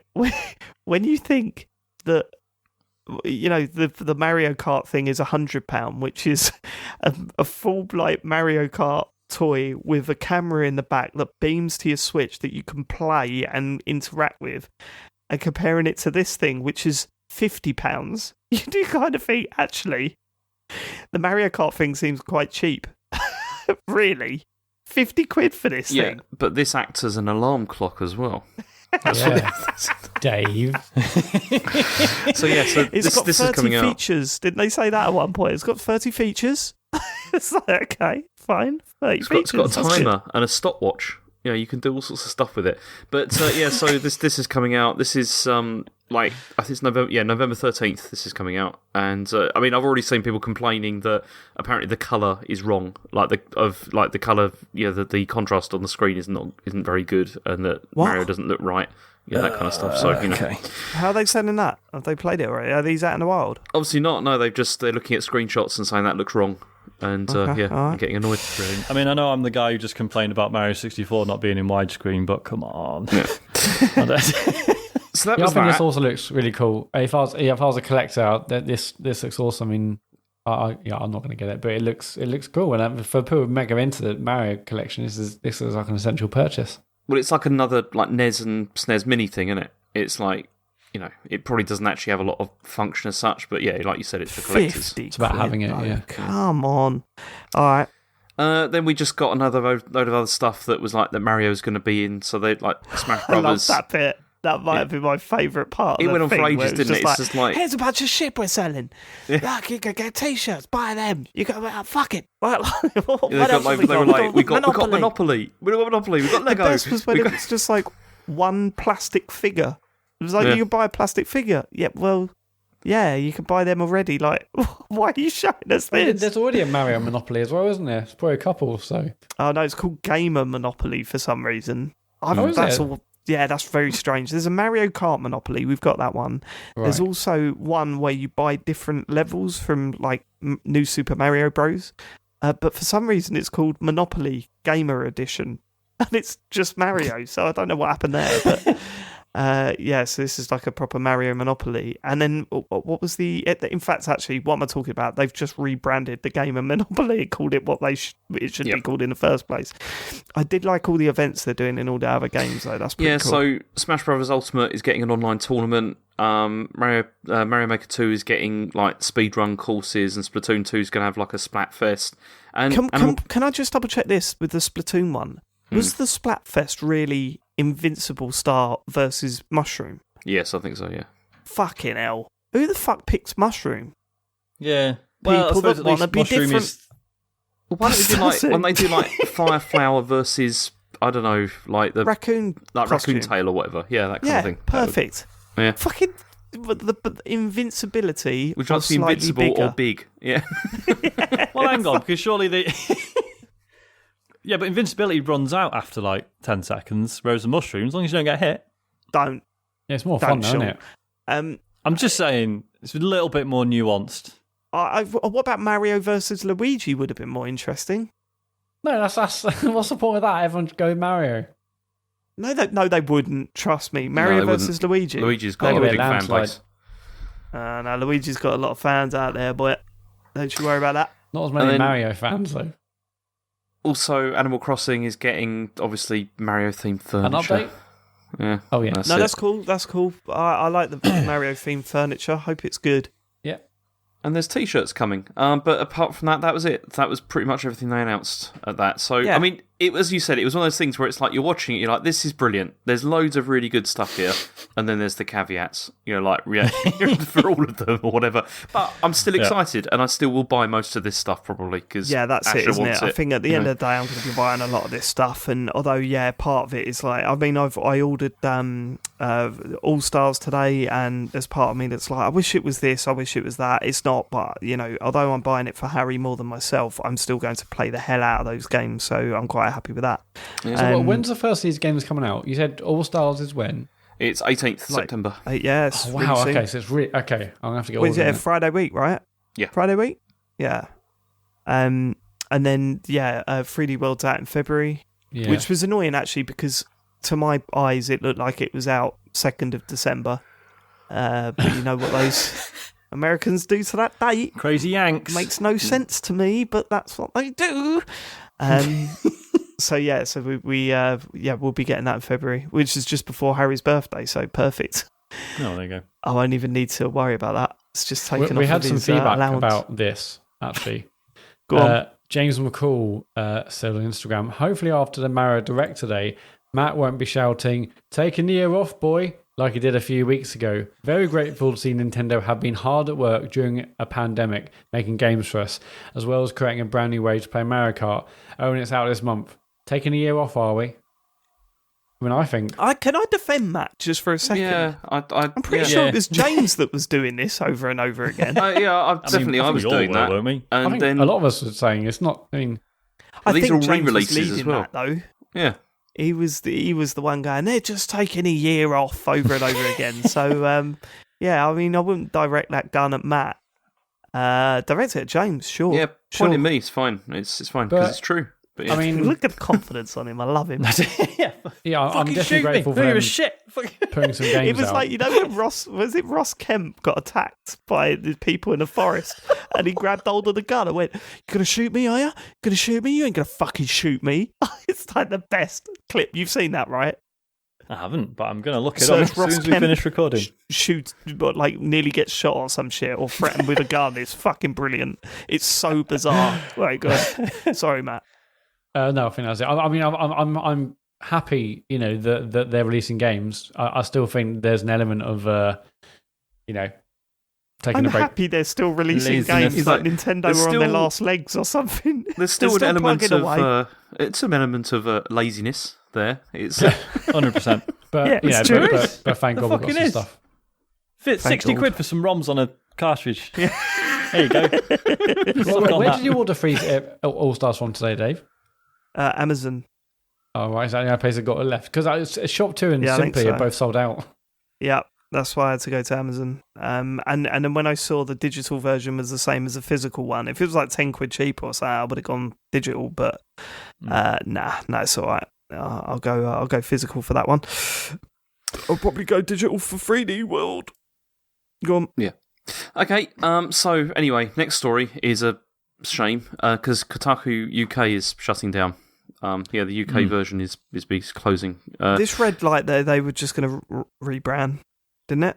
Have I got the wrong end of the stick? Kind of, because so the localized version is no longer to be operated by Future, because Future Publishing licensed the name and then they were running it, weren't they? Through that, presumably employing people as well. And then now it's the licenses going back, to the original holder, and Gizmodo. Yeah, and Kotaku UK is done. Like they're just going to be. I mean, it will still exist, but it will be just publishing stuff from the US based team, I think. Yeah, but but I assumed. I mean, stop me if I'm wrong. It read like Future was still going to run a gaming website with that staff, but under like because does it say something like it doesn't. I didn't read like that. I mean, basically, no, I didn't get that either. It said. What did it say? Kotaku UK is closing down in this incarnation or something.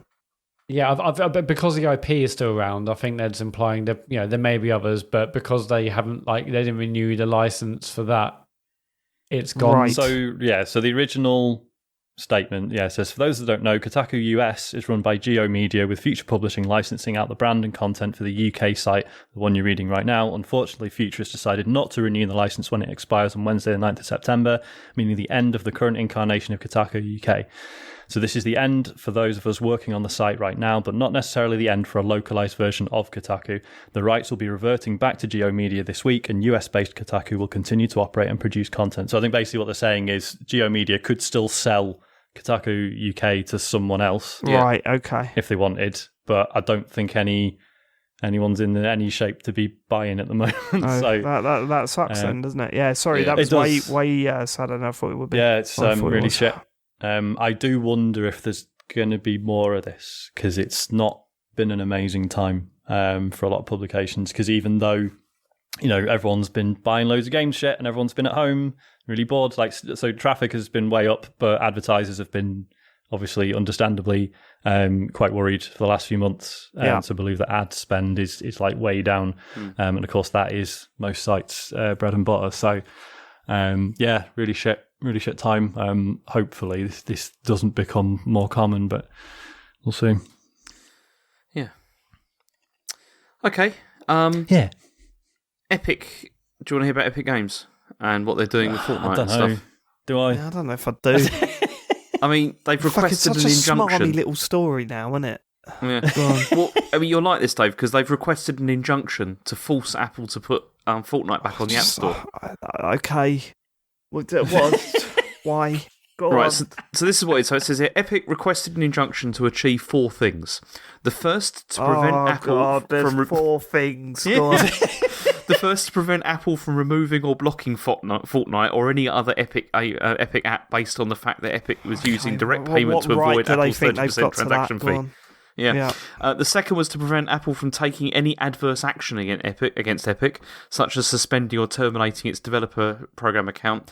The third was to restrain Apple from removing, disabling, or modifying any of Fortnite's code on iOS. And finally, the company wants the account responsible for Fortnite restored to the Apple developer program. So they said Epic believes the injunction should be granted because the company is likely to succeed on its merits in the overall case. But then, this is from Games Industry, and they said, the court has disagreed with that so far. Because sorry, that's quite funny. It says, in the previous ruling, awarding Epic's partial injunction. So there was that partial injunction that said that they still had to allow Unreal Engine, to work on iOS and stuff. So they granted that, but then the judge said the court cannot conclude that Epic has met the high burden of demonstrating a likelihood of success on the merits, especially in the antitrust context. So the court have already said, we're probably. You're not going to win that, probably, but we're putting the injunction for this because that makes sense, because it harms other developers, but there's not a case here for you to do this. So, they're just chancing their arm, aren't they, really, by trying to... Do you know what? They've, we've said it before on the podcast, there is almost definitely a very valid point to be made about how much Apple should be taking off of developers for sales on their store, right? I think there is a very valid conversation to be had there. But at this point, it really does sound like Epic is that dickhead that gets chucked out of a nightclub and is arguing that he should be let in. Like, really, honestly, he acts like a twat, gets chucked out by the bouncer, and he's furious at the idea that he was chucked out and is trying to get back in, I'm going to sue you, shouting that at the bouncer on the way out. Like, it's... look, I don't know how I feel about this 30% thing. It's not my business. It's not. I've got no experience in this sort of stuff. To me, as a consumer, I look at the smaller developers that release games on that platform and think, fuck me, they put all their life work into a game to release on that platform, and they've got to give 30% of everything they make to Apple. That does not seem right to me.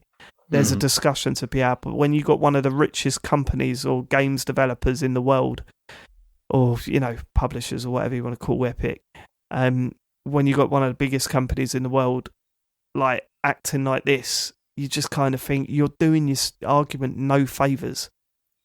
In my opinion, there are still a lot of their supporters out there that would argue against me, but that's the way I see it. Yeah, and frustrating to just see this keep popping up in the news, but at the same time, they need to keep it in the news because they need to keep the publicity up. So yeah, maybe that's part of all these little bits and pieces they're doing as well. Yeah.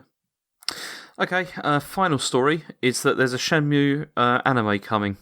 In the future, I've put this in. I'm a bit annoyed about this. I ain't being funny. The story in Shenmue is not exactly the draw of that thing, is it? Well, exactly. And this, so it's being adapted for television, and it's going to be a 13. Oh God!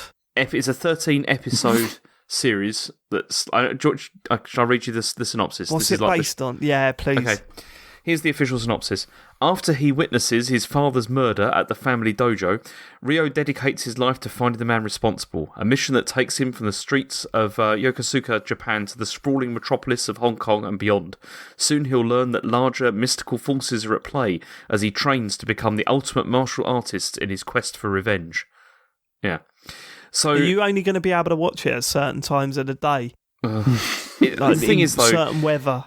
This will be disappointing because, you see, they did the same thing with Phoenix Wright. They released like an anime version of that as well. Yeah. And all they did was it's exactly the same as the game. Like, completely, like, beat for beat. Like, everything is completely the same. This will be the same as that. At least that had a story to it. If this is the same as that, you're going to watch it and there's going to be an anime character just walking around going, no, it won't even be like that. But what it'll be is they won't add anything new to this whatsoever. This will be... They need to. There's nothing there. Exactly, that's what I'm saying. On. That's what I'm saying. They need to add more stuff, but they won't. It will slavishly copy the thing. No, they're going to have to. How can you slavishly go? How do you do that? What do you mean?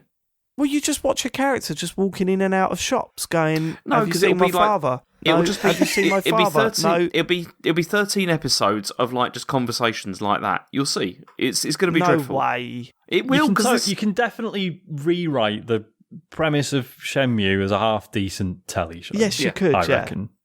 I don't think it will be any good. No, because they'll just copy it. It will be exactly the same. One episode of him walking around asking if you've seen any sailors. No, of course it won't be, but it's going to be 13 episodes, which will be like 20-minute episodes each, right? Shenmue is like how many hours long? The first one, what? Yeah. I would say 14 to 15, is it? Okay, so how does that break down? Like for like hours? I don't know. I don't know what's going on here. I just James, could you go and work on that show, please? That would be brilliant if you took over the project. Okay, so how many hours is Shenmue? Right, okay. How's that break? How do we get these down to 20-minute episodes? Well, we've got enough plot for about 7 minutes. Yeah. Oh, hang on a minute. To be fair, when Shenmue 2 came out on the original Xbox, didn't it have like Shenmue the movie? And I made David watch the opening of that. It's just the cutscenes. Right, yeah. So they'll just do that. They'll just copy that. That's all it'll be. Listen to what he just said. Can you imagine that night, Sean? I made David sit and watch the opening to that. We only watched Fucking hell. I wanted to kick him out of my flat. Could we do a talks over at that? That wouldn't get picked up by YouTube, would it? Probably wouldn't, actually. Although it's really long. It's really long. Surely it's not very good. Edit those cutscenes together of me watching it from my streams. That'd be it, wouldn't it? Alright, got him. Yeah, but that's it. That's all I've got. No more news. Cool. You say that's all you've got. We're nearly an hour in. Yeah, I know. Yeah, I know. It's been another I'm not complaining. I'm just saying... I'm complaining. Right, Tony Hawk's. That's the game we've all been playing this week, haven't we? Well, yeah. But Sean, you've not been playing it, though. I haven't, no. Okay, why are you acting like that, James? Because I've barely played it. I've not hardly played it at all. So how long have you put into it? Only about 2 hours tops, maybe. Jesus Christ. Okay. The big release is... First of all, I just wanted to go through our history with Tony Hawk's 1 and 2. Matt, what was your? When did you pick it up? Like, what did you play it on? What was the deal? So me and my mate Peter Stern hammered the demo for. I love the name. So why'd you give his full name as if we weren't going to believe you? Well, you know, Peter Stern. well, yeah, but like Matt Morley, so you gotta, you know, yeah. So It's Peter Stern. You look him up. He's on Facebook. Yeah, Google him. We are friends. Don't do that. We absolutely hammered a demo on Dreamcast. Loved the first one. I played a little bit of the second one, but not as much. So the first one's definitely the thing that brings me back to this. You didn't play the second one much? No way as much. I played it a little bit at a mate's house, but I don't even think I had it myself. I bought it That's myself. weird. It was pretty much the opposite for me because I never had a PlayStation. Certainly didn't have a Dreamcast. So I heard the N64 version was rubbish, but then I watched a Digital Foundry video about it this week, and they said actually the N64 version is pretty good. But they say that CRT TVs are better now, so you can't trust them. No, you can't. But no, I used to go around a friend's house and play it all the time, but never really got to the point where I was like properly playing it. You know, got into it all.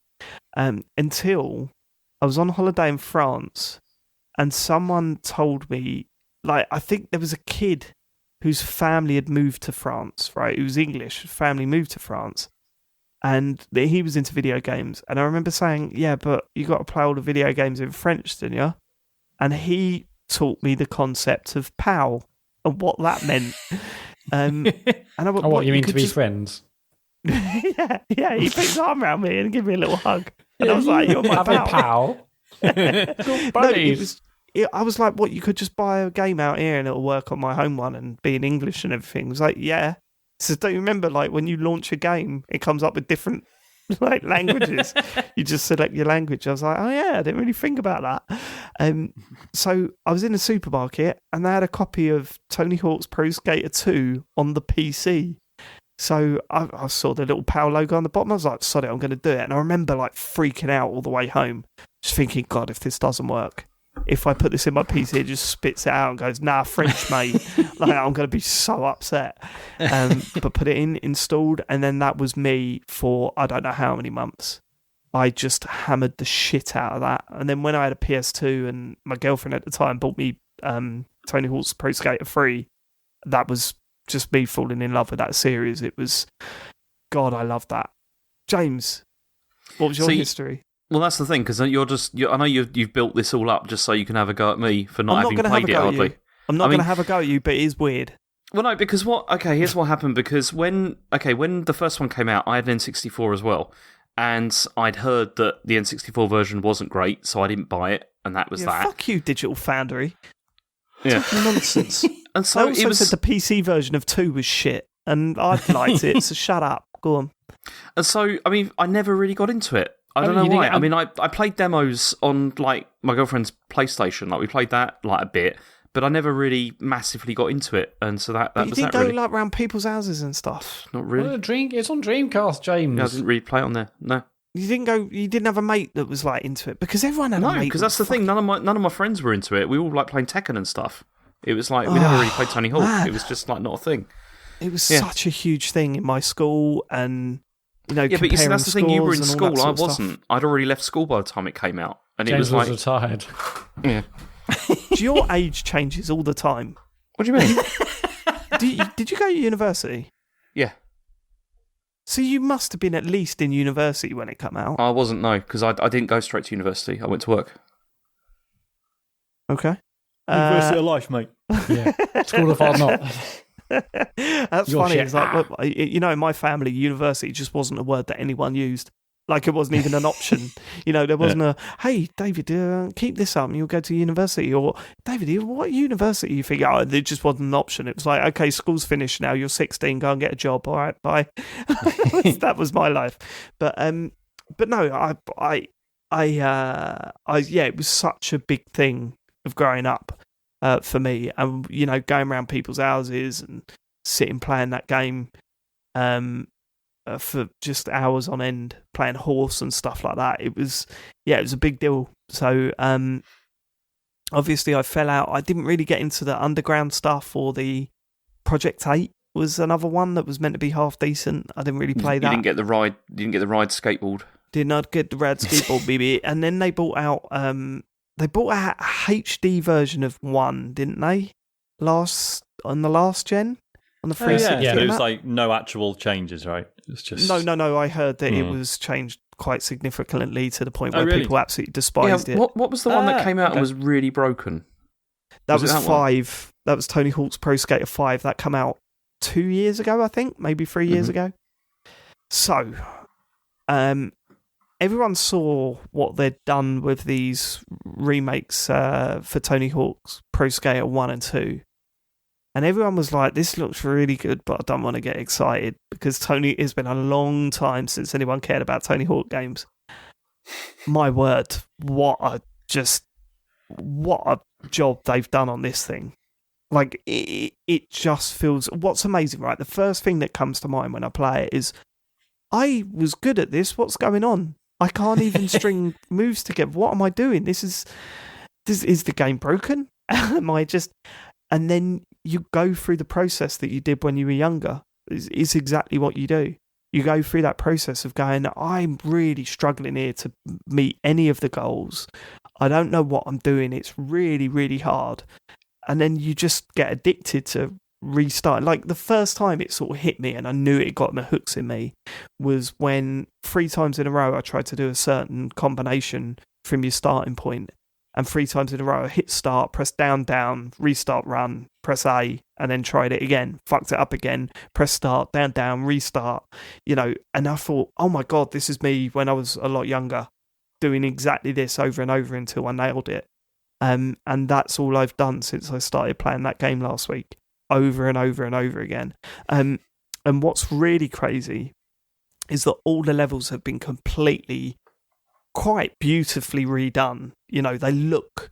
I think they said on Giant Bomb that it's definitely the game that you remember rather than what it was. If you go back and look at Tony Hawk's Pro Skater 1 now, you just think, oh, did it really look like that? I don't remember it looking like that. Like all the fog and all that sort of shit. Well, it's, it doesn't look like the most realistic, beautiful game of all time, but it looks decent enough to make you think, oh, yeah, no, it feels good, right? I think the resolution helps because I think it's 4K. I'm playing on Xbox One X. I'm pretty sure it is. But what's amazing is the amount of times you're riding around a place that feels completely new because they've redesigned it so much. And all of a sudden you hit a line where you're doing a combination of tricks in a certain area of the map. And you're like, oh my God, I remember doing exactly this line when I was like 19 or whatever. It's fantastic for that. And it just feels so solid and fun and somehow fresh. And rock in terms of frame rate and all that stuff, it's just been completely rock solid. And it feels like I'm falling in love with that game again. They've absolutely nailed it. And I just can't recommend it enough. How about you, Matt? How you find it? Yeah, exactly the same. I've also found it really tough, but I'm now doing the same. I'm basically restarting. I mean, I was doing the mall one today, and I'm like trying to start with a certain combo, and I was like start, restart, which again brings me back to days like Crazy Taxi, where I'll just like instant restart to do like a challenge and whatnot. But yeah, it's just immense fun. It feels like the game I played when I was younger, but it looks great. It feels great. And it's just a perfect game for now, where I can just listen to music, and the music's still brilliant. I remember the old soundtrack. The new songs fit perfectly. The new songs are very clever because they've chosen bands that are either very similar to the ones in the original games, or they are the same bands as the original games, but they're latest stuff. You know what I mean? Like they got a Real Big Fish song in there that came out well after Tony Hawk's Pro Skater come out, and it's in this game, and it fits in very well because Real Big Fish were in those Tony Hawk games a lot, and it's like, oh my god, here we go. It's them, but it's a different song to the one that you remember being in those games. So, yeah, they've nailed the music, definitely.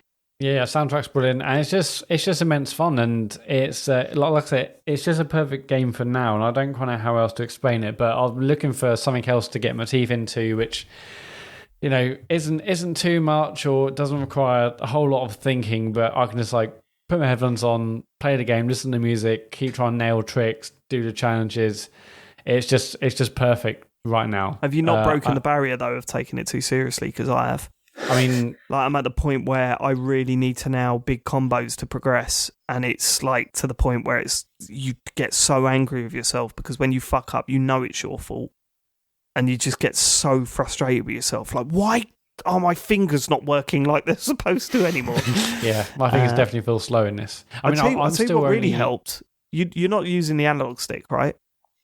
Well, I've done both, but like I started with just a D-pad. I'm like, oh well, no, I should probably use analog stick for this. But I found it's more difficult for manuals and stuff. It's a D-pad game. I started off playing it with the analog stick. Control, did it? Yeah, the first game didn't. Obviously, there was analog controls on the PS2 and stuff, but I started playing with the analog stick.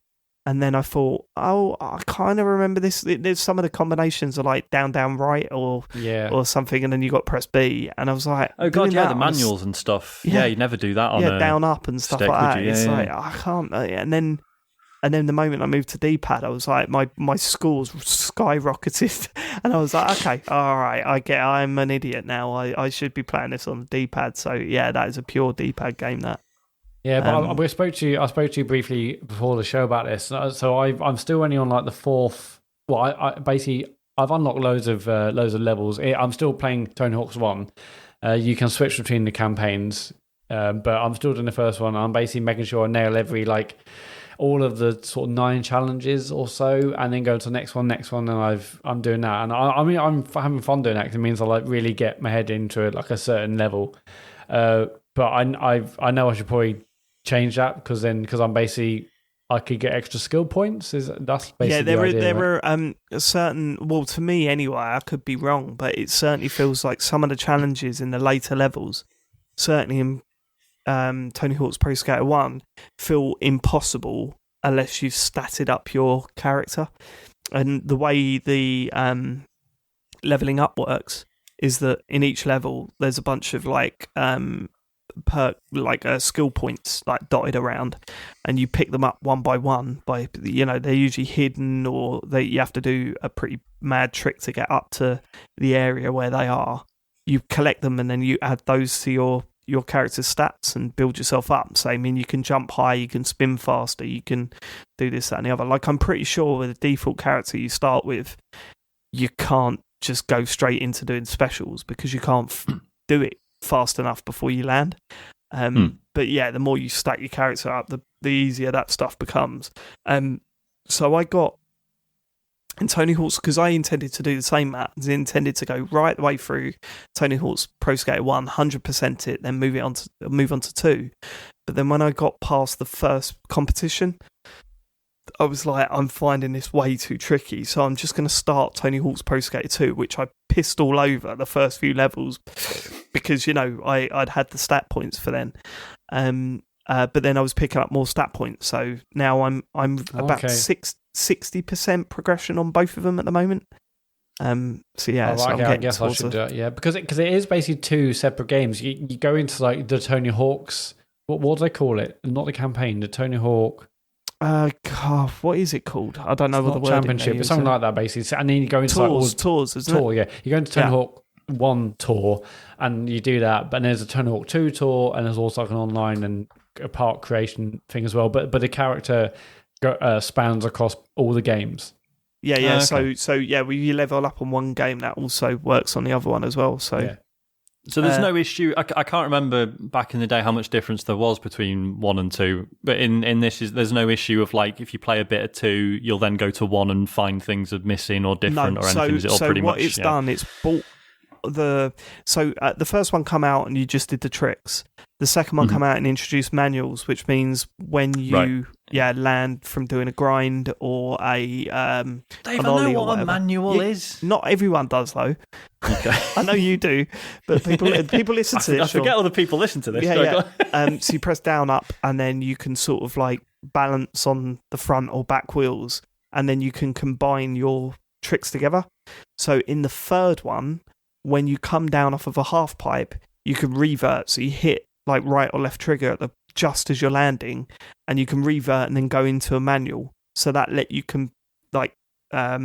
combine even more tricks together. But yeah, so they've gone with Tony Hawk's Pro Skater 3 level of combos. Okay. That retrospectively works with 1 and 2, basically. Cool. But I assume they've adjusted all the goals to match that, so that the goals that you're getting in Tony Hawk's Pro Skater 1 are actually, they're a lot higher than you would have ever got in that game because you can combine so much stuff together. But it works. It works because it's the game that you remember. Like, you don't remember going back to the first game where you couldn't do any of that stuff. It'd just be frustrating if you had to go back to that. So it was the right decision, 100%. The strangest decision they've made is when your skater falls off their skateboard, they turn into sort of a glitch. Yeah, and then just reappear back on your skateboard. I was chatting to John about it when we were playing. Happened? I thought they just sort of he got disappeared and reappeared on the board. No, he got up and got back on his board. But they were saying that John was saying that if you go back and watch that animation was about 3 times longer than him just glitching out and reappearing on his board. It was way better. So yeah. I mean, if that's the only way they could do it, then fair enough. Yeah. I don't think it is. I think they could have just made him get up really, really quickly, but that doesn't happen. So no, but everything else is it's Tony Hawk Pro Skater 3 level, Have you done any of the stuff in the third tour, which is like the park creation and online? No, I've not looked at that stuff yet. I've done the online. Have you done any online stuff? No, nothing. I'm still. What is it exactly? Is it leaderboards about? Because I assumed all of it is online, and that is leaderboards. I don't know if it's the only mode you can play because I wasn't in control. I was joining someone's party, but it's you free skate for a little bit, and then you all do a challenge, and the challenge could be reach this score as quick as you can, or here's 2 minutes, try and get the highest score, or here's a combo that you have to get to before anyone else. And it feels great. There is one problem at the moment though. No private rooms.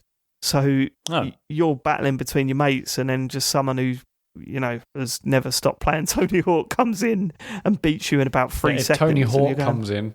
Tony Hawk walks in, and he plays his own game, and he smashes you at it. But apparently that's coming in a patch. They're going to do private rooms in a patch soon. So once that's up, that'll be brilliant. Because it was quite funny. I was playing with Chet and John said, I said, oh man, I just want to play this with you guys. I don't want these randoms coming in and absolutely caning us. And he said, yeah, but that sounds good for us, but for you it means that you'll still be finishing last, but just with less people in the room. And I was like, I know, but I don't mind losing to you guys. It's when, I don't know, FlobbleDobb368 wins every single fucking round. It gets on my nerves a bit. But he's so good though, FlobbleDobb. Yeah, he's well wide, that boy. He loves it. Go on. Sorry, I was just going to say, not to keep kicking Nintendo, but does this not make the Mario All Stars 3D collection seem even worse? Yep. They've absolutely smashed this out of the park. Yeah. It's cheaper than, what is it? It's a budget title, is it? Is it like 40 quid brand new? 40 quid brand new. Okay. So yeah, 10 quid cheaper than All Star, and it looks great. It feels great to play. It's got that nostalgia kick, and the stuff that they've added to it is, and it's not much, but it's enough to, all the stuff that you can unlock, all the idea of like having to hop between the games rather than doing them one at a time, I think works really well. And yeah, they've nailed it, haven't they? They've absolutely nailed it. Yeah, it's absolutely brilliant. Yeah, it's crazy. I didn't expect myself, I thought this might be a good game. I couldn't see myself falling into the big, deep hole again. of Tony Hawk. I couldn't find myself falling into Tony Hawk's hole and wanting to stay there for a long time, because that has happened, honestly, all weekend. I'm always falling into Tony Hawk's hole. Every time. Can't stop myself. Every moment that I've had, I've been playing it, and it makes it even better that Harry can watch it. Although I did say, do you want to play it? And he tried it for 5 minutes and said it's too hard, and then downloaded Crayola Scoot on the Switch. So, it's a better game. Better game, Dad. It's a Sunday. Harry and I were both sitting on the sofa. Jo was looking at us, shaking her head, because Harry was playing Crayola Scoot and I was playing Tony Hawk's. She was like, "You're supposed to be a dad. What are you doing?" The only kind of small issue I've had so far is I think the menus are really confusing. And it does that thing whereby you're constantly unlocking new grip tape or stickers or tattoos or fit things to customize your character. And then it does that thing where it's got like a little exclamation mark where these new items have appeared. And so I've constantly got them, and I'm like, okay, so where the new it's hard to get rid of them, isn't it? I can't. Yeah, I mean, that's probably just my OCD. If I see an orange thing, I want to clear it. But it's like, okay, there's a menus. Is that right trigger? Is it left bumper? I mean, it's all there. I mean, it took me ages to realise that I had to spend my skill points, and they weren't just automatically making my character better. Because you have to go, you press start, you press the right trigger. No, you press the right bumper, and then you have to press the right trigger to access like the sub menu where you upgrade your character. And I was like, it's all there on the screen, but 9 times out of 10, I don't know about you, but I had this problem as well. It's not intuitive though. Like yesterday, I was like, okay, so where are those points again? I'm like, is it? No, it's not. It's not in character. You get used to it pretty quickly. Once you've done it once, I think. Right. Well, but I had that problem with the tutorials as well. Did you skip the tutorials? No, I went through all of them. Well, I didn't. I was like, I know how to play Tony Hawk, fine. And then after I'd done about 3 levels, I was like, I'll just do the tutorials now, just to remind me of how to do the stuff. And it really helped. What I am missing is I want, when I press start, there to be like a instant trick list of everything I can do. Now you can go start, and you can go to this menu where you go to your move list, yeah. Yeah, but it seems to show like flip tricks. It doesn't show grind tricks for some reason. I don't think it does it? I think you're right. No, I don't quite know why. But what I don't want to press start, go into the menu. I basically want okay, I don't want to have to go back into the main menu and then dig out where these things are by right trigger, going to right trigger and stuff.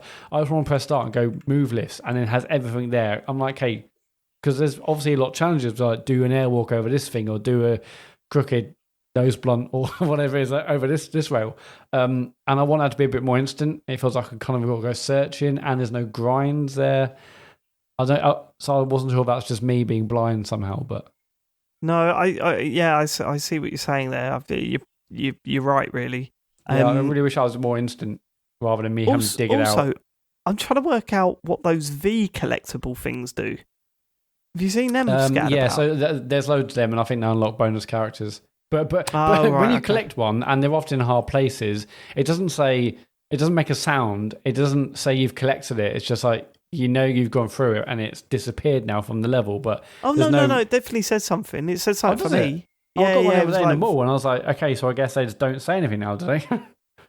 No, I'm pretty sure they say something. I think mine one did.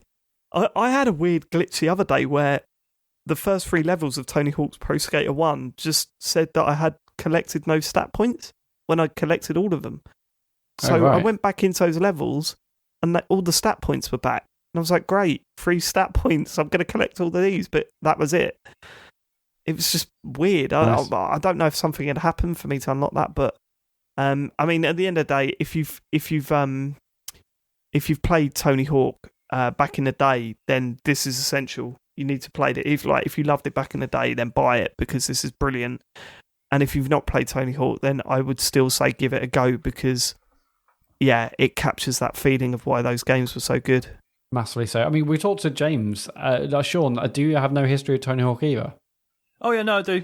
Played the first 2 back in the day, absolutely loved them. Drifted off, came back for Underground, which I hated.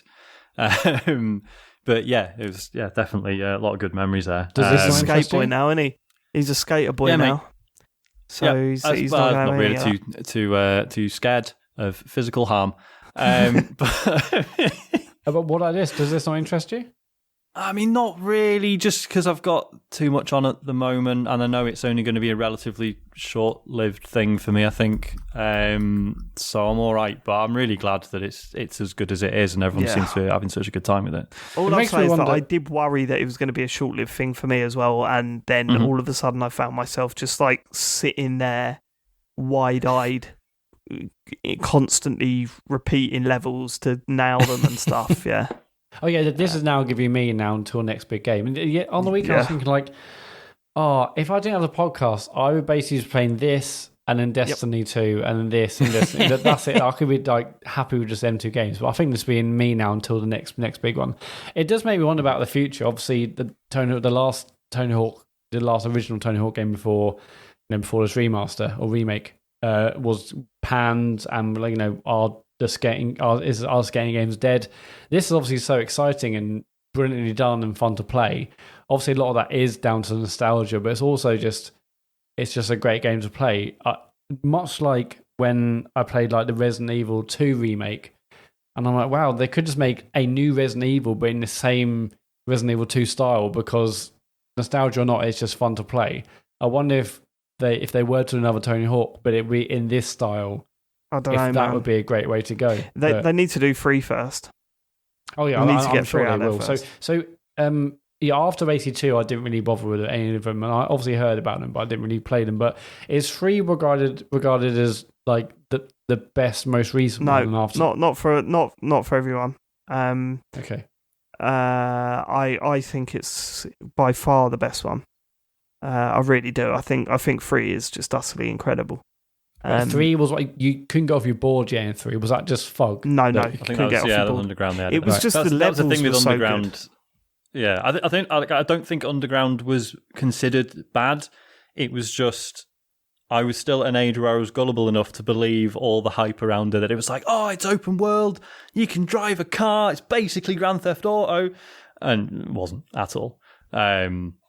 What was Thug? Maybe I did play a bit. Was Thug the one where you would basically like do grinds and that would like blow up a part of the map and something else would happen? And yeah, but that was in Tony Hawk from number 2, wasn't it? Oh, in number 2, you grind over the helicopter and it flies off and then smashes a bit of the map open. Yeah. Okay, awesome. And then 3 did that a lot as well, where you could grind certain things that opened up a whole new area. I remember the forest level, and I remember watching that PSM2 DVD showing it and just thinking, oh my god, this looks incredible. And it was. I remember playing that for fucking years. I mean, what Tony Hawk's game I played the most? What was the original 1 and 2 on the Game Boy Advance or the Game Boy Advance? Yeah, and those are Vicarious Visions as well, and I absolutely love them. The isometric Tony Hawks, they were brilliant. Okay. I absolutely hammered them. James, what have you made of it so far? I mean, as I said, I've barely played it, but I have enjoyed what I've played so far. I mean, I've only done the training, and I'm stuck in the warehouse at the moment, so that's as far as I've got. I mean, the question I was going to have for you actually was that should I play through all this like sequentially? Like, is that what I'm supposed to do, or it seems that you're supposed to go all over the place? Yeah. Yeah. Go play 1 until you're finding it way too tough. Then start 2, and then flip between them. I reckon. Okay, that's what I've been doing. I mean, the only other issue I had is, and I'm sure this is just my Xbox One, but I've had like freezes and stuff, which was a bit irritating. Because like, definitely what I mean by freeze, Xbox. Yeah, it's like when I was in the middle of like a trick or whatever, it would suddenly just freeze, and then I'd mess up, because it's like not happened and things like that. Yeah, so, you got a broken Xbox. There is no way that. I mean, everyone that's playing this game. Point, James? Everyone that's playing this game in my sort of group have each, for some weird reason, because we don't do this for every game, commented about how solidly everything works. Are they all playing on 1Xs though?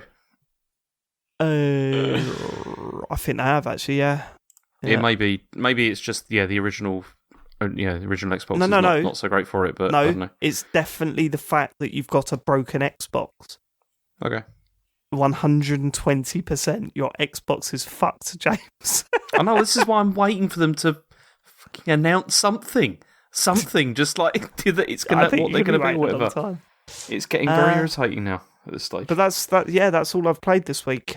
James, have you got anything else? I only really had that, and tell me why. And we'll talk about that obviously on the other one. I bought no need to mention it. Paradise Killer.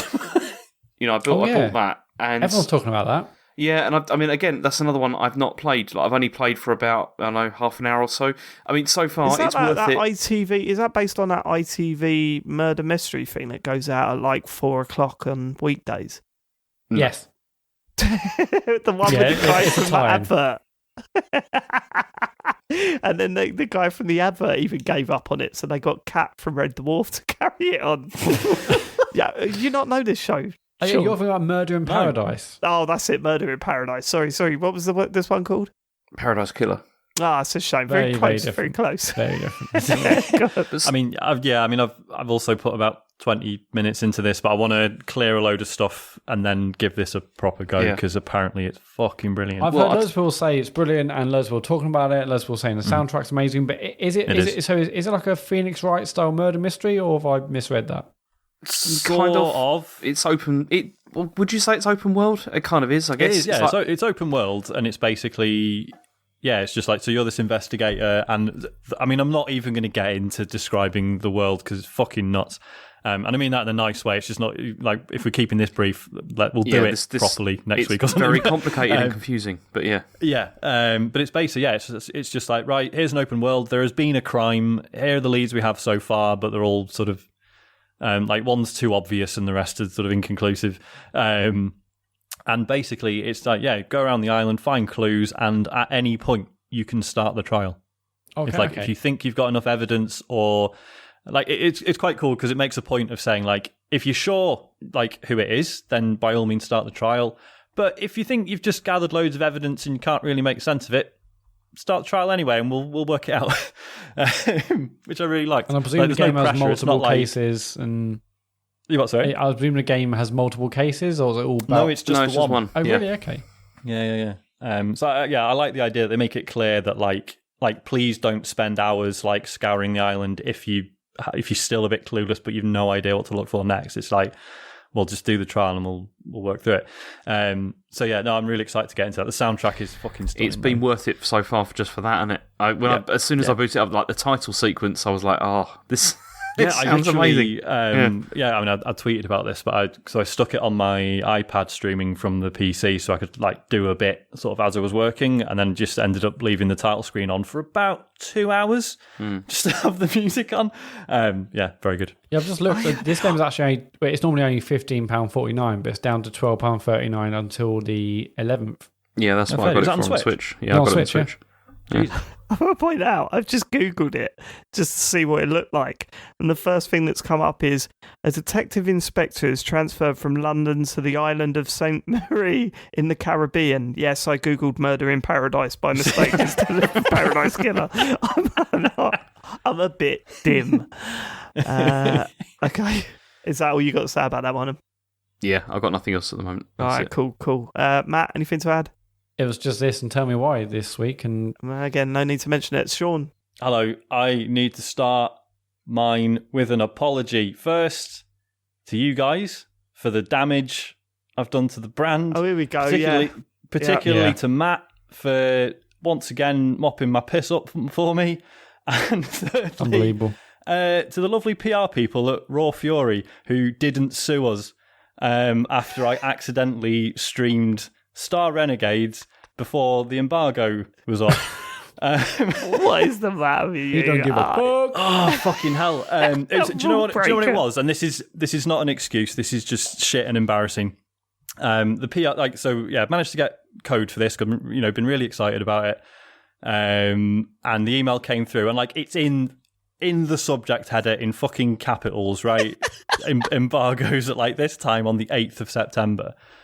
And I think I literally just looked at that and went, oh, well, I won't talk about it on the show till next week. That's on the 7th, so it'll be out on the 9th. And my brain just put it on a big shelf with a sign on it saying, not a problem, right? And then, came to do my stream last Tuesday, and I was playing it anyway prior to the stream, and I thought, fuck it, I want to carry on playing this. I'll start the stream and I'll just do like 20 minutes of Star Renegades because I really want people to see it. And then, woke up the next morning to a DM from the PR saying, just check. It looks like you were streaming the full game. You're not supposed to do that. And like, it would be like really polite about it. And then obviously I was a load about of to messages say from... they were incredibly polite with pointing this out. It was really funny to see, actually. So that, and then obviously a load of messages in the computer game show WhatsApp group telling me I was fired. About that, Sean. Sean, step into my office, mate. Fucking mortifying, obviously, because even that, like, you know, because, like, obviously, for example, so, like, Dave, you don't mind me saying, you got code for Tony Hawk, and, like, you had to actually sign an NDA for that, right? Yeah. Which is perfectly understandably, but like, obviously, most indie publishers don't bother with that stuff because they just trust you. So it's like you've really personally let someone down by getting something like this wrong. And obviously, like, I was sort of thinking, well, fuck, like, what did I stream? And I thought, well, it's not like I showed any story stuff off or anything, but it's not the point, is it? It's just... It was 2.5 hours of it, wasn't it?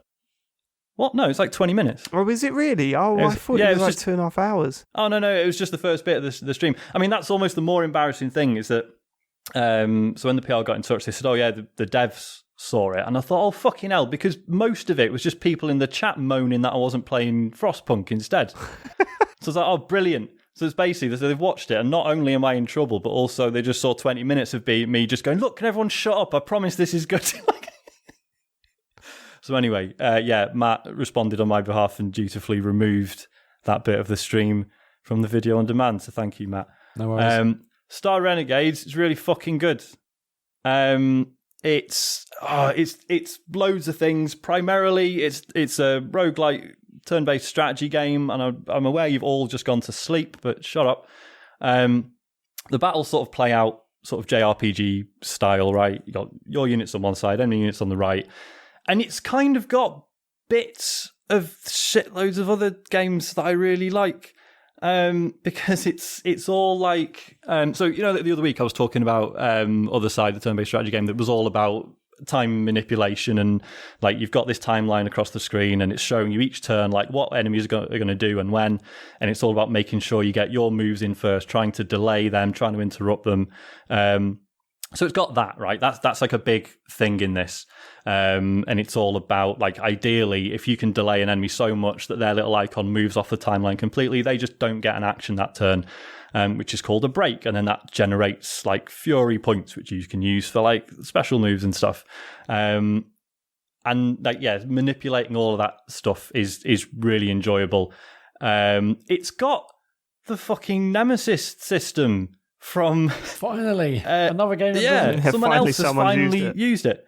And it works really well because it, like, the whole setup, is that it's a sci-fi game, and this, you know, this like alien race have sort of jumped into our universe, and they're destroying everything, and you're trying to fight them.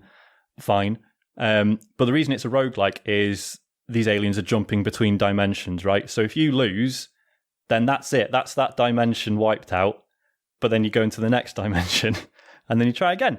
And it's, so throughout this alien, you know, these aliens have got this big army, and it's got, you know, same as in Shadow of Mordor and Shadow of War. It's like you can visit this big throne room that shows who all the enemy generals are, and they've all got names and characteristics and things that can be manipulated in combat, certain damage types or certain states they don't like being in. And that's cool as fuck. It's really good. And again, they can beat you, and then they become more powerful for beating you. And then like all the stuff that was cool in the Nemesis system is in this.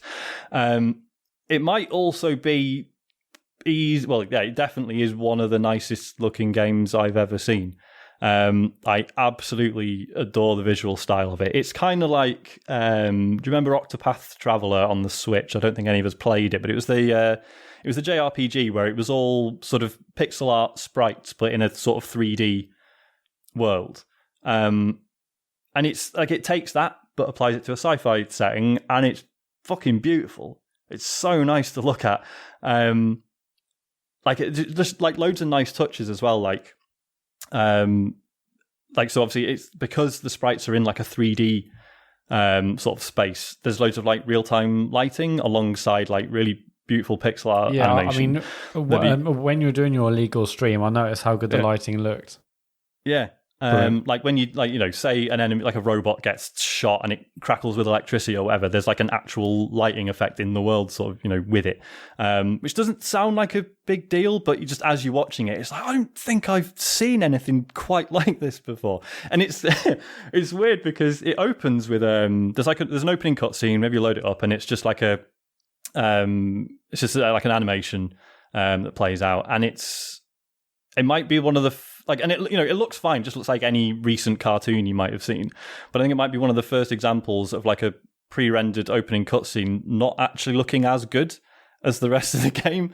I absolutely love it. There's so much depth to it with the combat, and there's tons of like ways you can improve your characters. Oh, that's the other thing. It's got like the relationships between your units that you would get in like Fire Emblem, for example, and getting characters to like each other more can unlock like certain new abilities and stuff, new bits of dialogue. So you learn a bit more about them and so on.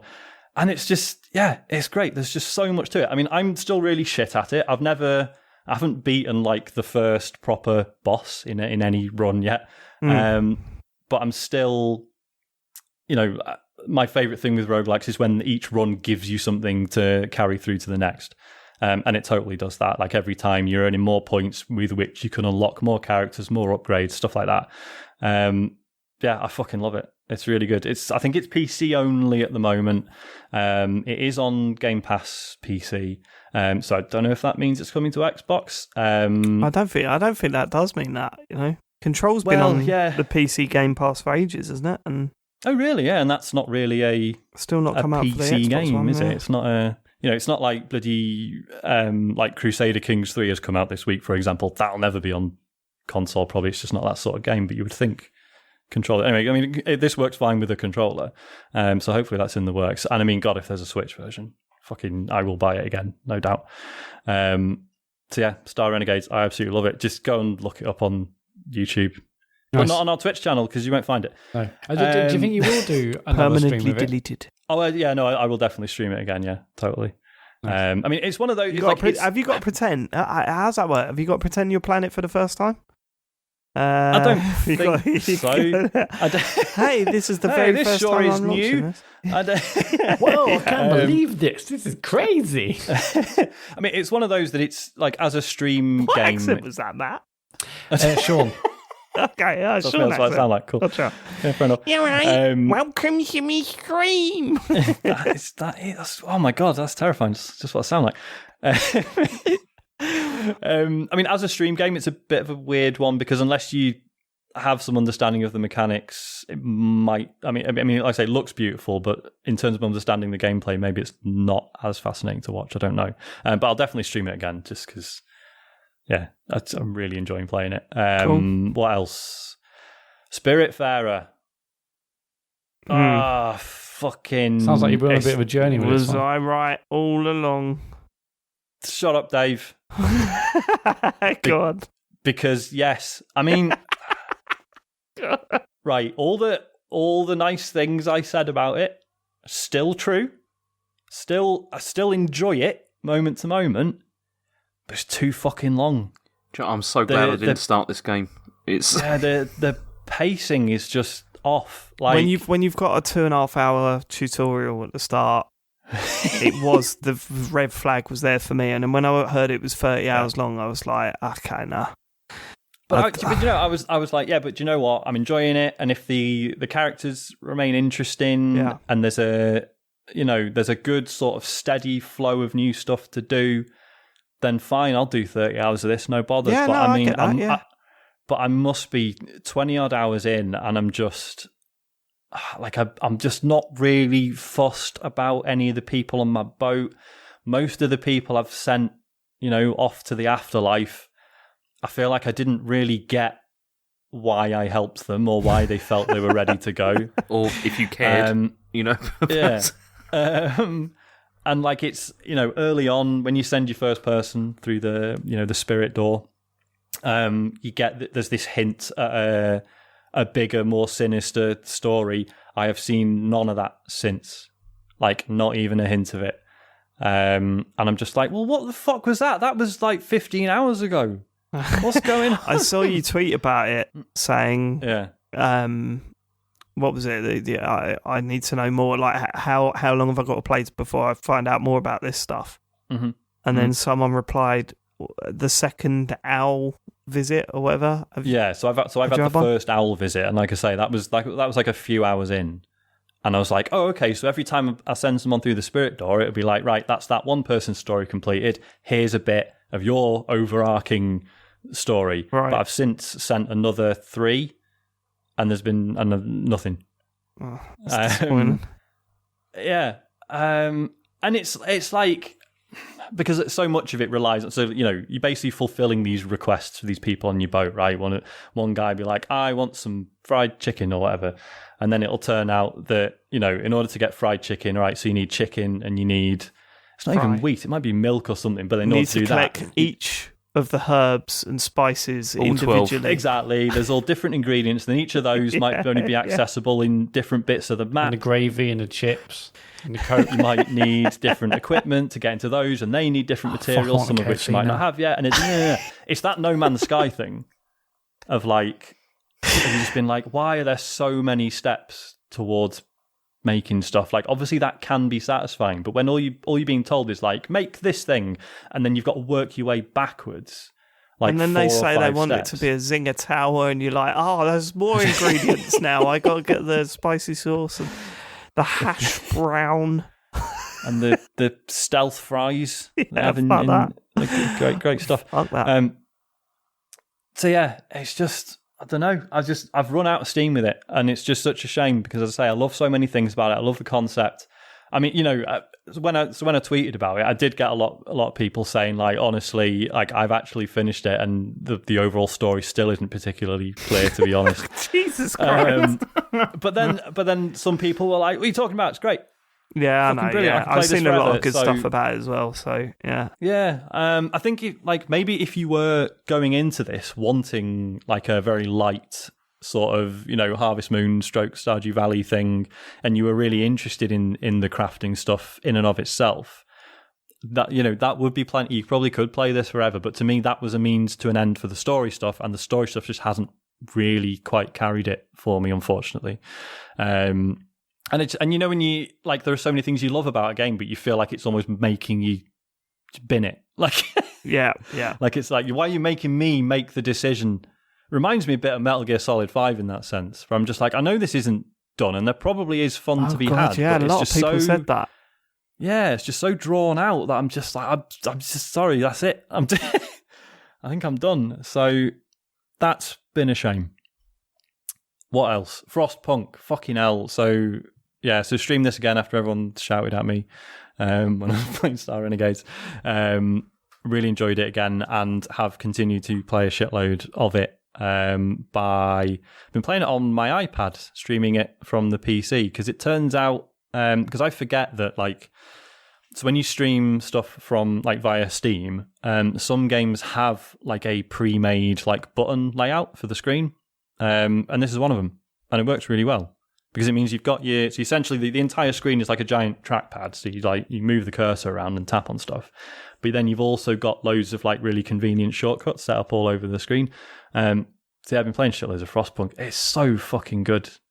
It's like, did I talk about this before? I can't remember if I actually mentioned it on the show or not. Might have done, but I can't. Yeah, remember. but I mean, yeah, if you don't know, post-apocalypse, like the world's frozen over, and you're, you know, this group of survivors, and you're just building this town around this one sort of furnace in the middle that's keeping you all alive.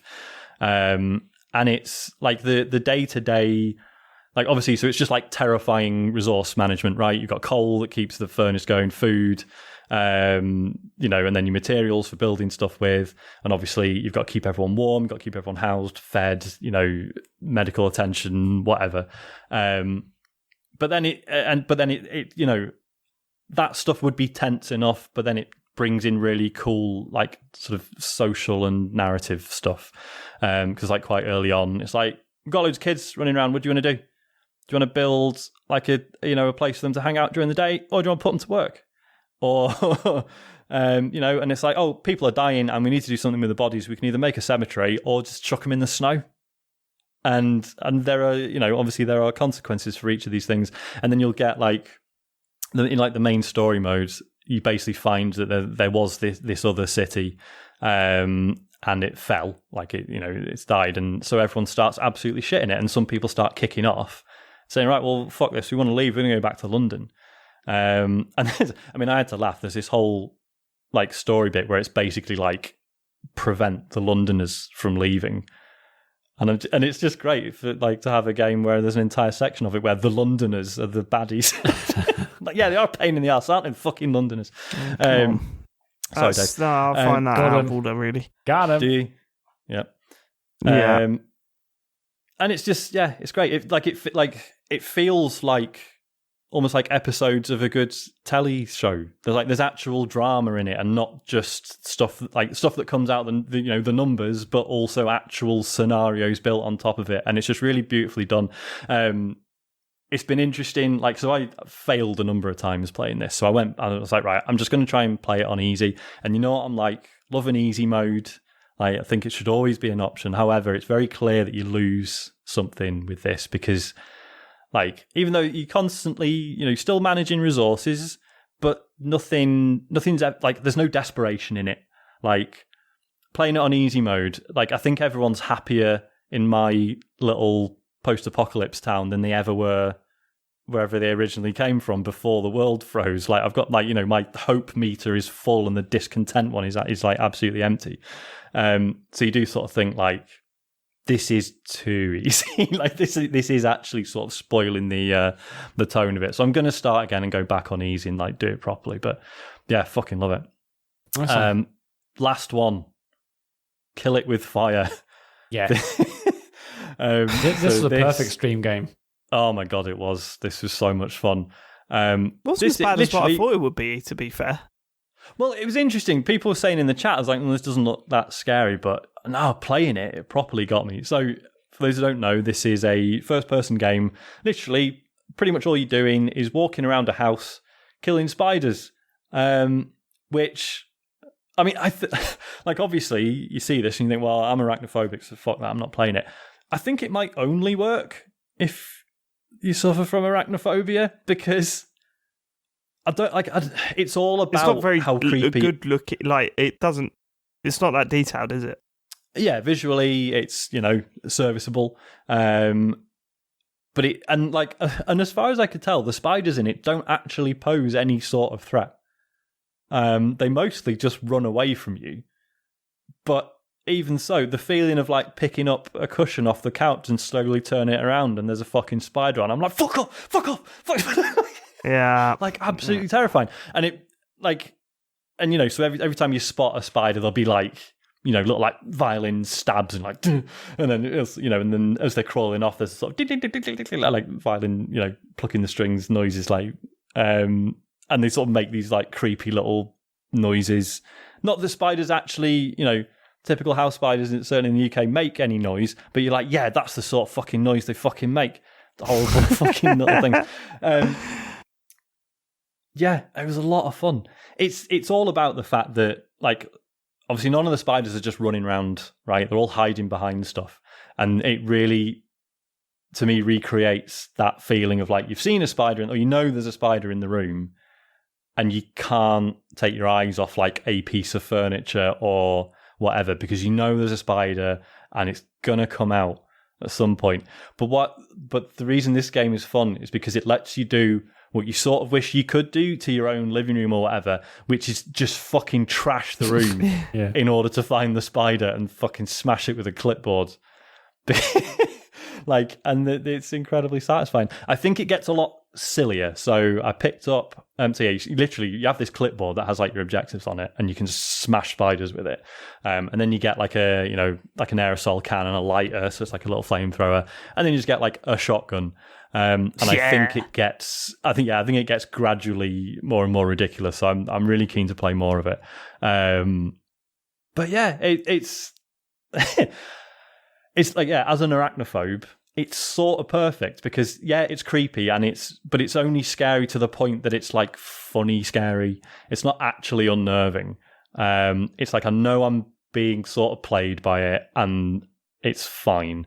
But it is still really creepy and it almost becomes like a power fantasy of what I wish I could do when confronted with a fucking horrible house spider. There's probably loads of people listening to this being like, what are you talking about? Spiders are lovely and peaceful. They would never hurt you. They're just animals. Why would you kill them? I just can't do it. I hate people that say spiders are more scared of you than you are of them. Well, I've never seen a spider run off, get a rolled up newspaper and come back and try and kill me. So I disagree. I disagree on that one. But yeah, that was incredibly good fun. I mean, tempted to just stream that again at some point, to be honest. But yeah, Kill It With Fire. Very good. Cool. That's me. That's enough, I imagine. Yeah, let's get to listeners. They want to ask some questions today? They do. And if you want to send us a question, go to tcgs.co. What the fuck do you do now? Go to tcgs.co/Dear TCGS. Right, okay. Terry says, with the big love that you guys have for story games, where's the love for FMV? It'd be an easy 1 or 2 stream thing for a game. Looking at you, Dr. Farley. I've already done a that. few, haven't you? I did, yeah. I did, what's it called? Night Trap. Yeah. Night Trap, and you did. What was the actually quite good one? Oh, yeah. That was that one that came out on PS4, wasn't it? Last year. Erica? Was it? Fuck, what was it? Erica, was it? Yeah. Yeah, that was also pretty good as well. That was actually all right, wasn't it? Yeah, but there's not the old ones. I know a lot of people have like very fond memories of them, but they're not. A lot of them aren't very good, are they? Actually good. And it's like putting yourself through that. Maybe I should play them, but no. I mean, I'd support you playing some of these just like with a walkthrough. Yeah. Well, that's what I ended up having to do with Night Trap because it's impossible to finish it without one. Yeah. And even with the walkthrough, it still took me about 3 attempts because it's just so weird and not. Well, this is it, really very fun. And the entertainment value is in the bad movie, not the bad game. Do you know what I mean? Yeah. Like the bad game just makes it frustrating for you to play and ends up, you're having to repeat bits and stuff. But yeah, I'll have to have a look and see if there's any others available. Her Story was good. That's true. Yeah, and then the follow-up, technically an FMV. Telling Lies. Yeah. There's tons. They're usually shit, aren't they? Well, this is it. I mean, there are modern ones, but I don't imagine they're too good. You're pretty done with Nomad Soul, right? Probably, yeah. I mean, that was a rough stream. So I want to go through that again, but yeah. Oh, it was good to watch. And you've been to a Bowie concert, so I'm happy. I said Bowie. It's Bowie. I hate people who say Bowie, and now I'm one of them. So what are you going to do? Are you going to carry on playing it, James, or no? I don't know, because, I mean, I had that whole problem, didn't I, where it went wrong, like towards the end, and I probably lost a whole ton of progress. It went wrong, okay. Yeah, well, it went wrong. The game went wrong. It's a rubbish game. It's he essentially in Resident Evil used all the ribbons. That's essentially what happened there. Yeah, it was that, and then also the game crashed, and so yeah, not a good game. Okay, fine. Next. Paul Gildeer says, given the recent insanity of Nintendo's decision to remove the 3D Mario collection in March and their history of baffling decisions, what, in your view, are the worst decisions made by Nintendo, Sony, and Microsoft? It sounds like a bonus podcast, to be honest. Well, does a bit. I mean, Microsoft's easy, right? Microsoft's the Xbox One. Yeah. Full Cine Connect on it. Connect, yeah. Sony's has got to be PS3 launch price, isn't it? Yes, I think you're right. What about the PSP? Oh, and also like proprietary media for like Vita and for PSP as well. I don't think the PSP was a bad decision. No, it's the media. Paper, like the memory cards were the problem. Yeah, the memory cards was a problem. But even then, I don't think anyone saw Nintendo's machine blowing up the way it did. But then doesn't that make it even more embarrassing that the PSP somehow... It's embarrassing, but I wouldn't have said it was a wrong decision. It's not a PSP Go. True. But the PSP still did really well. It's still, like, in Japan in particular, it sold really, really well. I mean, it was the Monster Hunter machine, wasn't it? Yeah. So I think a bad decision is that you can look back on and go, no, that was... How did you not see that? Yeah, what were we thinking? Whereas, clearly everyone thought the PSP was going to do great. So Connect, correct. The price of the PS3, correct. Although I would say the design of the PS5 is up there as well. See, you could say like the red ring for the Xbox 360, but I don't think it was, because even though obviously it cost them tons of money. Yeah, that's not. They didn't decide to do that. That was, They decided to go. Right. Well, they did decide to get it out. $1 billion, guys. No, they decided to try and get it out as soon as possible so they could beat the PlayStation launch. I definitely want it to be first. I know, but it's not. They didn't decide to make it melt from the outside in. No, you know of what I course mean? they didn't. But they did rush it out so they could beat Sony to the punch. And that was worth it in the end, wasn't it? It was someone who worked on it. Some sort of scientist went, "Oi, this definitely isn't going to fucking work after 12 months." And they went, fuck it, let's get it out, it's fine. Then that would be a legitimately bad decision. But but we can't prove that or comment on that. Exactly. Nintendo, what's the worst decision they made? I mean, Virtual Boy. Yeah, Virtual Boy. I mean, I guess the Wii U. Yeah, the Wii U wasn't. They had so much love. Well, no, actually, it's easy. But it's N64 going to cartridges and not using CDs. That's that was a major mess up. I don't think that is a huge one. They lost Final Fantasy 7 because of that. But we wouldn't have had Mario 64 if that was the case. That's bullshit. We would. Of course we would. We would. It would. Why not? Because wasn't part of it that everything loaded a hell of a lot quicker? No, that's just what they said, wasn't it? To try and justify the fact they still wanted to sell cartridges to third parties. No, because we do know that flash storage or... Yeah, of course it does, but it's storage still... like that loads way quicker. Do you want some technical knowledge? No, you don't. It's not the same thing. Technically, things don't load from a cartridge. They just become part of the console's RAM, effectively. But... Yeah, so do they load things quicker from a cartridge, yes or no? That is all irrelevant. Yes. They lost all the third-party support because of that. Yeah, sure, that's what the mistake is. And they lost Final Fantasy 7. Yeah, but they haven't got the third-party support now. Yes, because they lost it all then. That's but they're doing all right now. Ooh. Yeah, with a completely different kind of console. Wii U. The thing with the Wii. You know when people turn around and say, David has got this weird talent of arguing. You just saw it there perfectly. Just boom, just the man because you do that, and it's just like that doesn't make any sense. And then it's like you've got to try and unpick it, and then there's not time, and it's annoying. When you listen to it back, you realise it makes perfect sense. It doesn't make any sense at all because they're completely different consoles. If if the Switch was exactly the same and as powerful as the PS4 and the Xbox One, I would agree with you. It's not. It's a different thing entirely. What's that got to do with anything? You're saying it was them losing third-party support destroyed them. Yeah, and also, at the same it has time, got loads of third-party support for Switch. Oh, and now you're changing your argument. Okay, go on. But it has. It's got loads of games, the Switch. Okay. All right. It's completely different to like the N64 and the GameCube. I love it. Sorry, I'm still just stuck on the idea of James just being like, I literally haven't got enough time to explain to you all the ways in which you're wrong. And Dave just folding his arms and going, see? I'm correct. Fuck off, Sean. If James hasn't got the time for it, our listeners have. You know what I mean? So I get bombarded with tweets, but that very rarely happens because I dance around people with my words, mate. That's what I do. No, because you just put out an incredibly simplistic statement and then just go, see, it's like that. And then it's like, yeah, but you've got to unpack that. That doesn't make any sense. Unpack it, Dave. The worst decision Microsoft made, talking about simplistic statements, the worst decision Microsoft made was to wire in the red ring of death. That is not what I said. That is absolutely, again, you're doing that. You're just twisting it. Essentially what you said. I would say, right, okay, so I would have said maybe the Wii U was the worst decision, but like I was about to say they were on such a big wave from the Wii, but they weren't at that point when they released the Wii U, were they? Because people were pretty much done with the Wii at that point. Yeah. So maybe not. But the Wii U walked so the Switch could run, right? So that's correct. It has and also sort of paid off. You could turn around and say the lack of online stuff with Nintendo is shocking, but at the same time, the Switch's online stuff is shit still. Yeah, we still love that console to death. and the games that it's are just on not it. really what you buy a Nintendo console for at this point, is it? Biggest mistake they made was dropping F-Zero. One of the best games.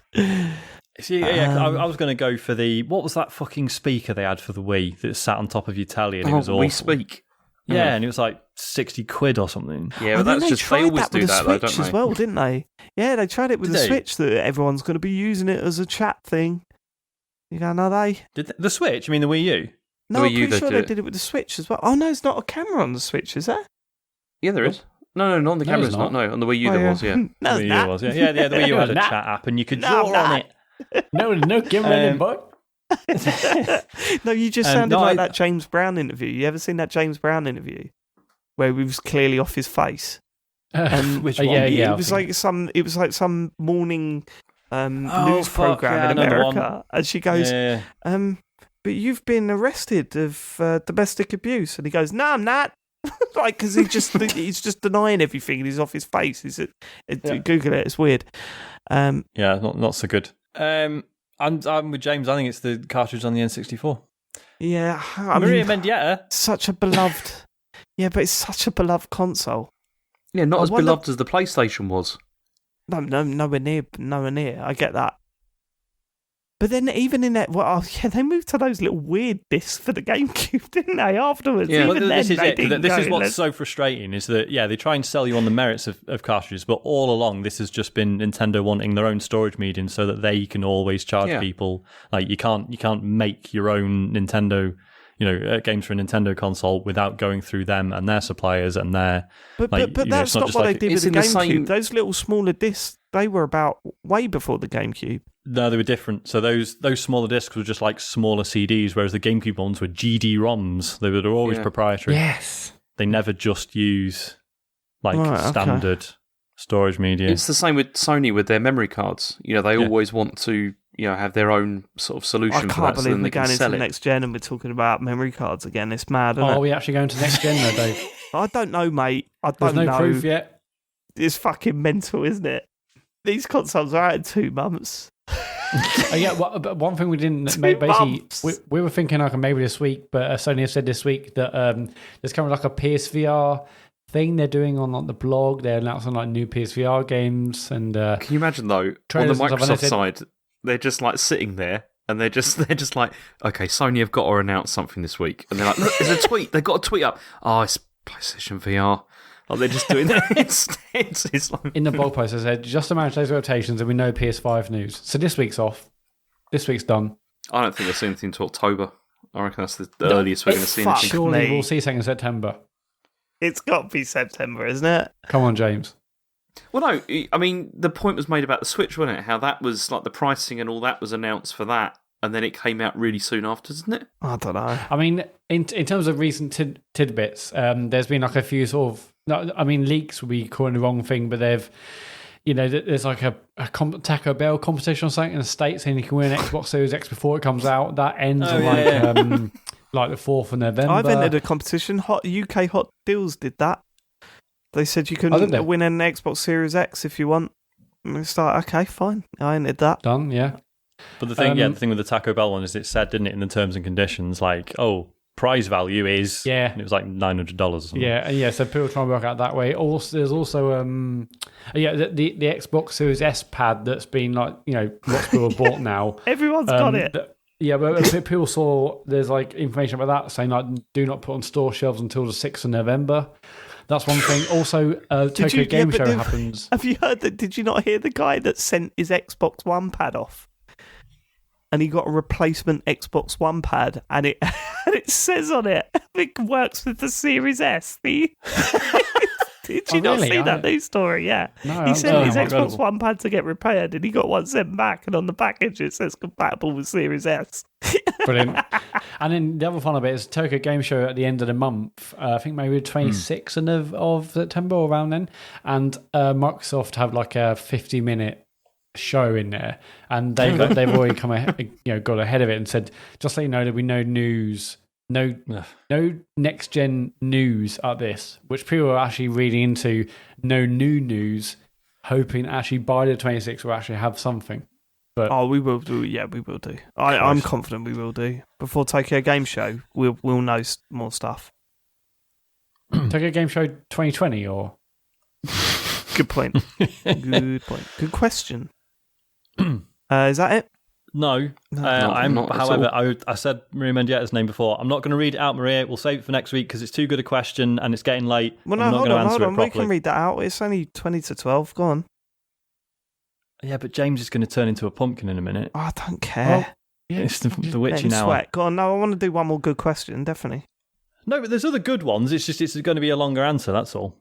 All right, fine. Maria Mendietta says, "Dear TCGS congregation worshipping at the altar of Miyamoto." Absolutely lost it. No, that's good, man. I recently read Don Norman's book, The Design of Everyday Things, and came across a passage that coincides with James's recent dip back into the David Cage library.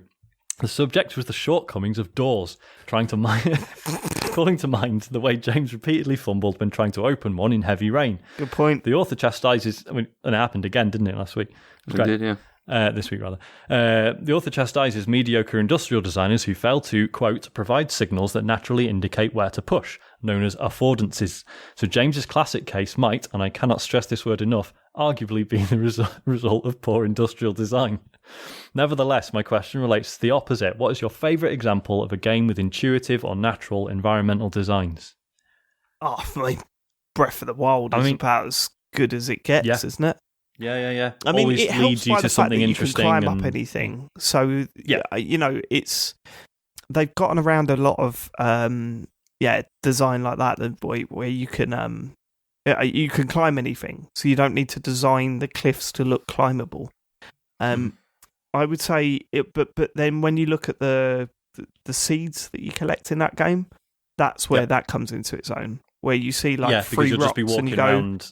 Why is that one slightly right? different? Yeah. And then you push it and it goes in line with the others and you get the seed. So that works. But for me, I would certainly say the first time it was really noticeable was probably Uncharted when they started painting the ledges, which, let's face it, pretty shit. But at the same time, it really helped out. There was no more looking where I could jump. I would also say Crackdown, the original Crackdown, did this brilliantly. For some reason, you could look at a building, you knew which ledges you could jump to and which ones you couldn't reach. You knew which ones that you could stand on and ones that you'd slide off the rooftops of or whatever because it was the angle was too bad or whatever. But, you know what I mean? You could look at windows in that game and for some reason know exactly ones that you could grab hold of and ones that weren't.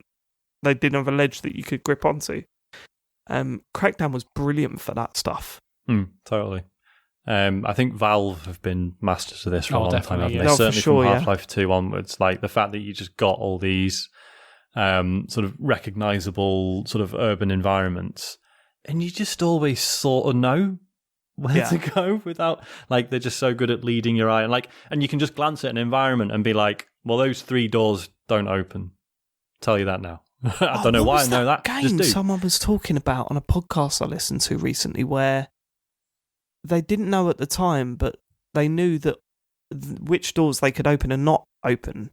And it was the ones that you could, they had doorknobs that were gold, and the ones that you couldn't, the doorknobs were silver. Okay. And they said for some reason, once you walk through a few doors, you just know instantly which doors you can go at, but you don't have that in your mind. Without even looking. Yeah. But going back to Valve, when we sat in to the dev conference at EGX for Left 4 Dead 2. Left 4 Dead 2, that really opened my eyes to it. Because that was a weird game where you could just walk forever and always know where you're going. And the way they sort of showed you, it was always that the simple rule was follow the light, which is fine. But it's exactly how you make that thinking, light, how you make that light fit in with the environment. That's what made it so special. I mean, follow the light. The light's great, but how do you make that look realistic without making it obvious? Now, though, if I'm ever stuck in a game and I'm like, okay, I look for lights. I like to think that other devs have probably caught on and forget that is a great way to subtly guide players around the map. The thing about all the characters having unique silhouettes as well is a big deal. Yeah, that all really helps. Smart. And going back to Naughty Dog, I think The Last of Us 2 did some exceptionally good stuff. Like, how many times did it feel like you were in this big spiraling forest that you were never going to find the next bit, yet you kept walking and found the next bit? Do you know that's also got one of the highest rates of completion rates of Really? all PlayStation games, and I think a lot of that is down to stuff like that. Yeah, it's because how long it is as well. They are so good at that, at like sort of guiding you in the right directions and where you need to go. I mean, a complete opposite of that was I hate to say this, but was Anthem, because I played that and it was so confusing, like what you were, like where you were supposed to be going, what was going on, all that kind of stuff. And the environmental design was dreadful in that game. It was one of the major problems with it. Everything sort of looked the same. The map was just useless. Like, it was just a completely flat map for a game where you can fucking fly. Like, and it was like you'd be in an environment and you couldn't at a glance know where you could get in and out. Yeah, necessarily. I mean, the most successful games with that are the ones where you don't have to keep digging out your map all the time. It's like where you kind of instinctively know like where to go because it's sort of guiding you.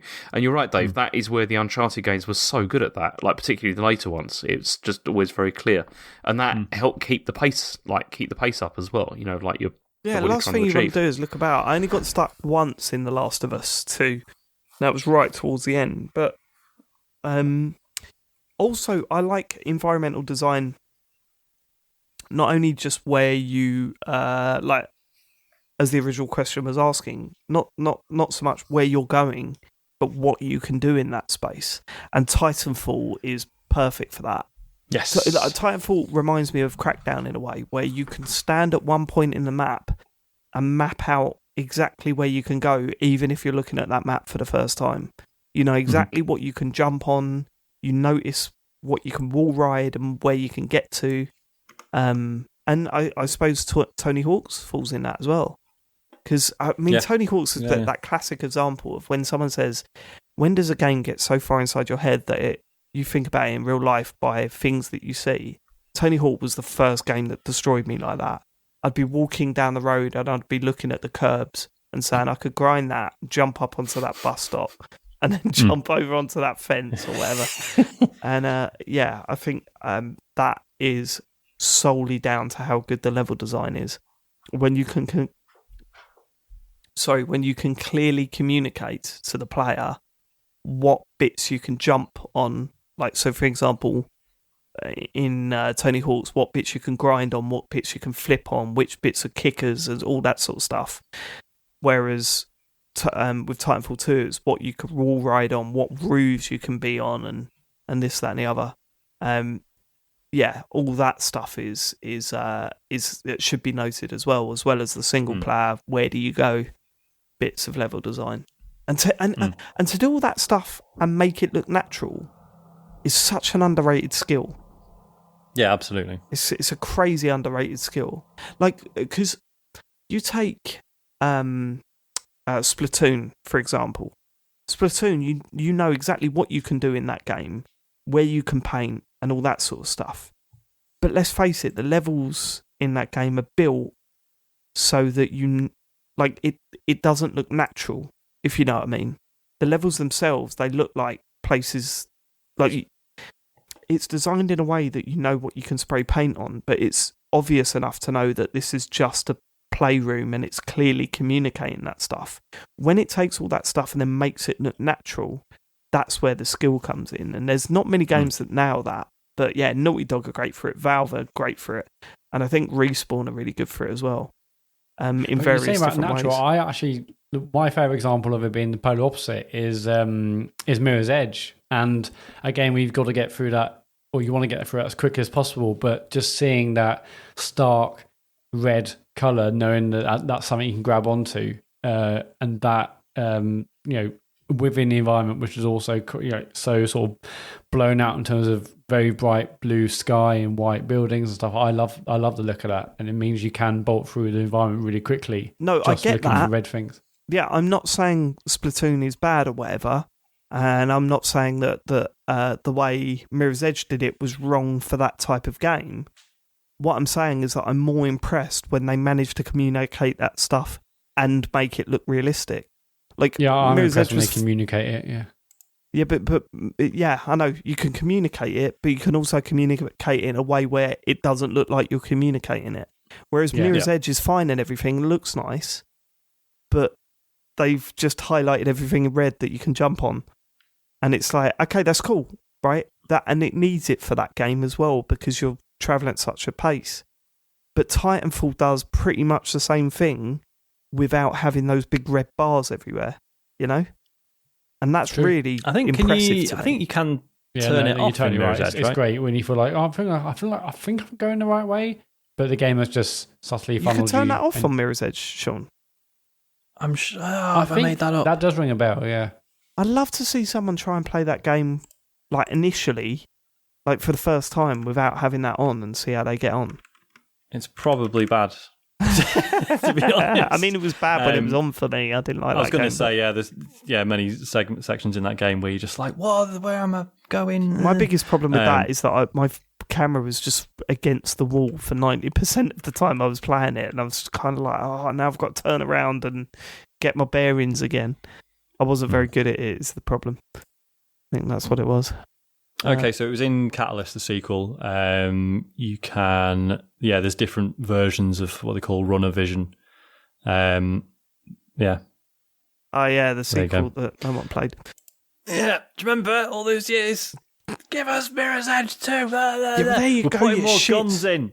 Yeah. We're putting more guns in, guys. Is that what you? Is that not what you wanted? Well, never yeah, mind. and EA doing it again with Skate. Like, Yeah, I was about to say That's my- they could do that's it with my worry. Skate, Sean. They're going to do They it with could. Skate. Well, they could. Sorry, I've got Skate 3 still. It's fine.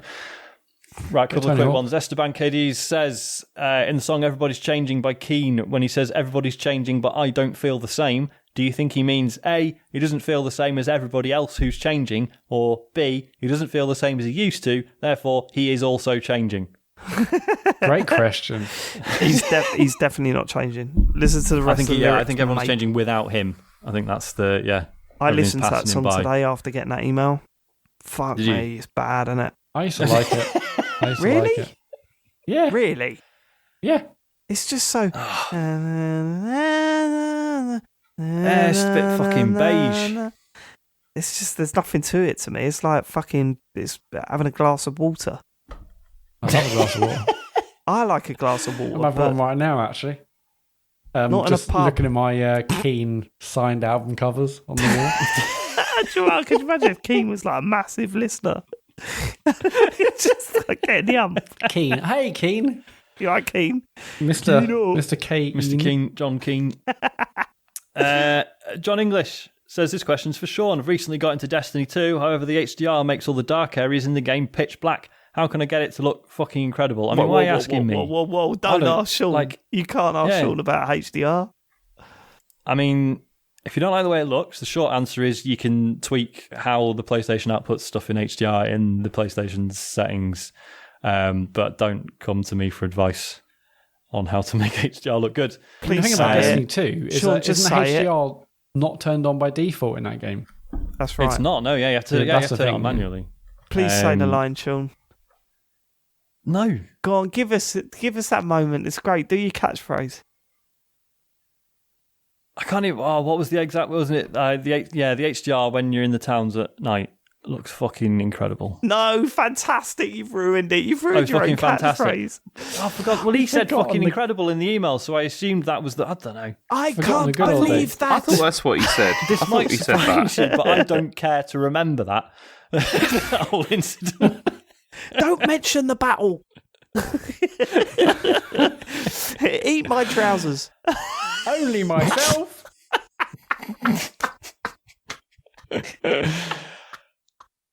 Should we do one more? What more catchphrase? Come on, Matt. You can think of some more. No.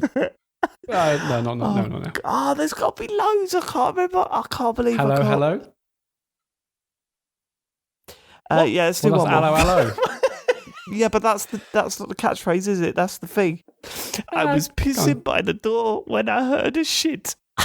That is right. If we've got any Yeah. American listeners, there was a daytime show about... You don't have to explain this. No, I do. Can we just... There was No, a we do. daytime family sitcom where one of the jokes in it was a French policeman saying, "I was pissing by the door when I heard a shit." There you go. That's the sort of entertainment we have over there. Unless that was a joke about that show that...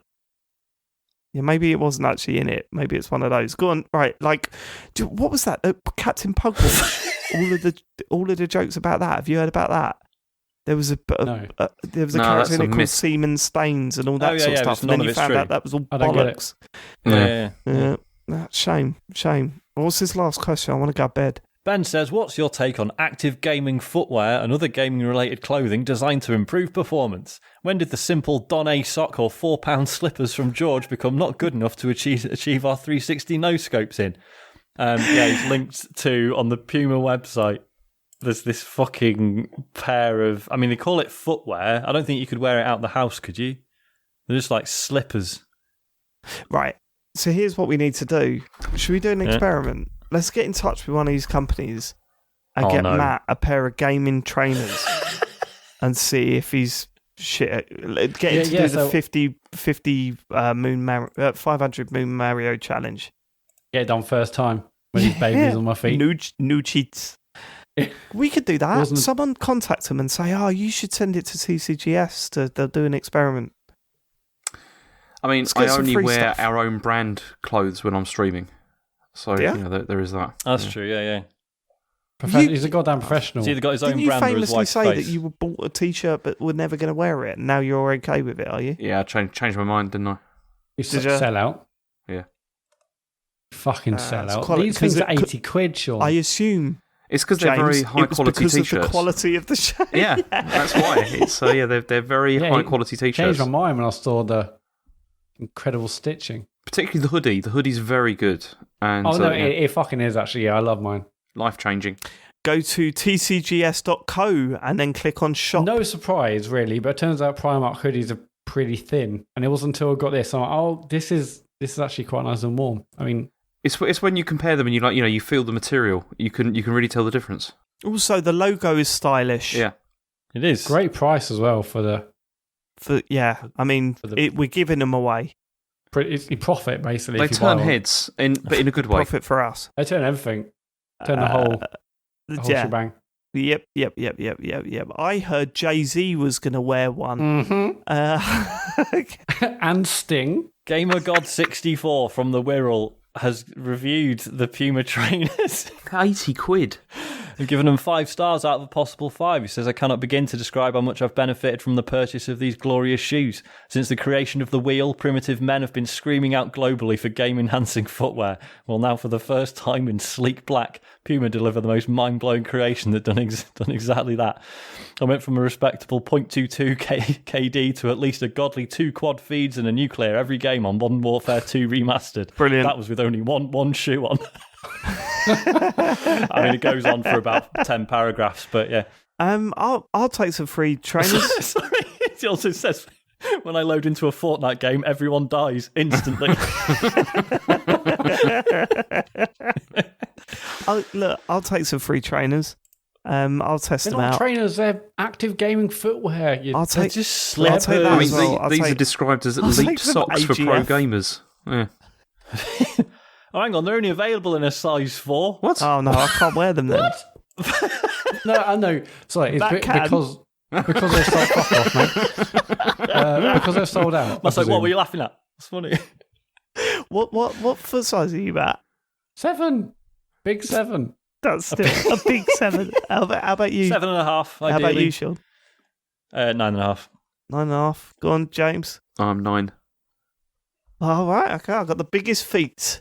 And you know what oh my that god! means. Sorry. The shoes have different wrap-up modes. What? One of them's you've got a medial wrap-up grip in seek mode, or a lateral wrap-up for attack mode. Oh my god! And there's a heel wrap-up for stability in cruise and defense mode. Right, okay, I want these trainers. Can someone contact Puma for me and we get free trainers? I want free trainers. I want to wear these things. I want to wear these things. I really don't know if you do, mate. I do, man. Did I look rough? They're 80 quid. Designed for indoor and in-arena use. No, I'm not going to buy them. No, I'm too big for that. What do you? Do you remember when you were a kid and you were getting your shoes or whatever for school and that, and your mum would just stick your foot into that machine that would it was like something from a Bond film. These big bits of metal would slide in and look like they were about to crush your foot. I hated that thing. I mean, only if you choose to do that. There's no. Yeah, but this was it. My mum used to take us all into Clark's, right? No, we didn't do that, Harry. Mum used to take us into Clark's, put our foot in that machine, and then walk us all out and take us to the cheap shop. That's what she used to do.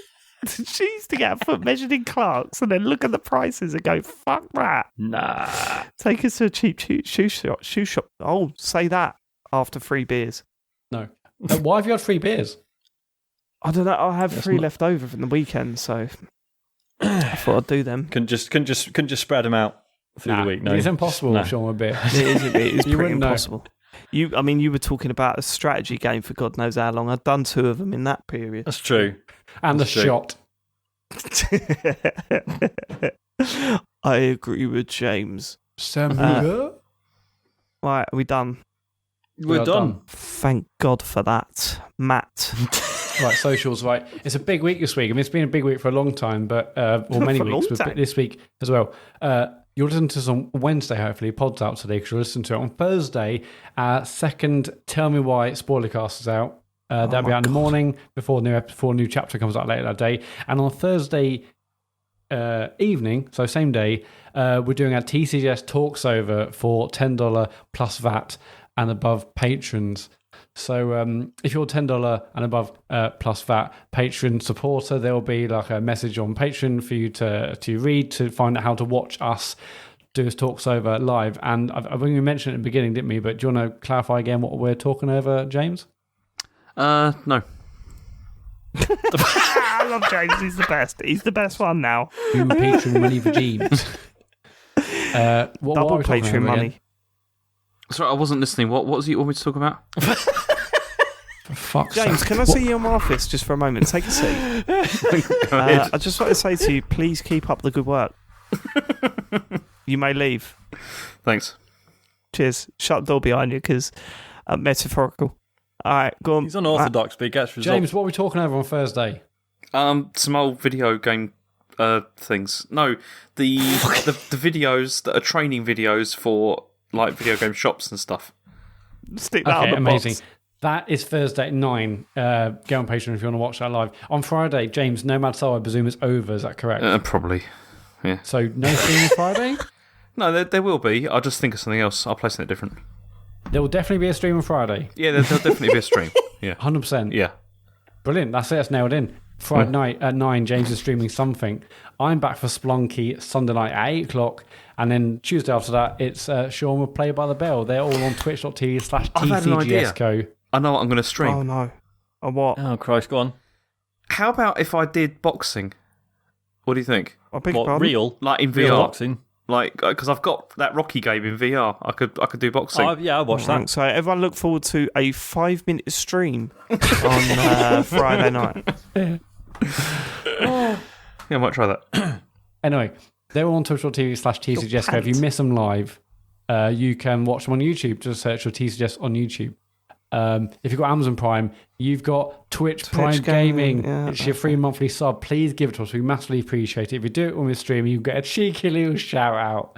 Patreon, I mentioned that, but it's patreon.com/TCGS, and it's tcgs.co for everything else. Before we go, I want to just... was it last week that I said please send us iTunes reviews? Probably. Was it last maybe. week? Why have people done it? I haven't checked. Can we have a little look? What was the last one? Is anyone moaning about us being SJWs or anything? We're still 4.5. That's the annoying thing. We're 4.5 out of 5. Oh, we had a new one on Wednesday. How are we owning that?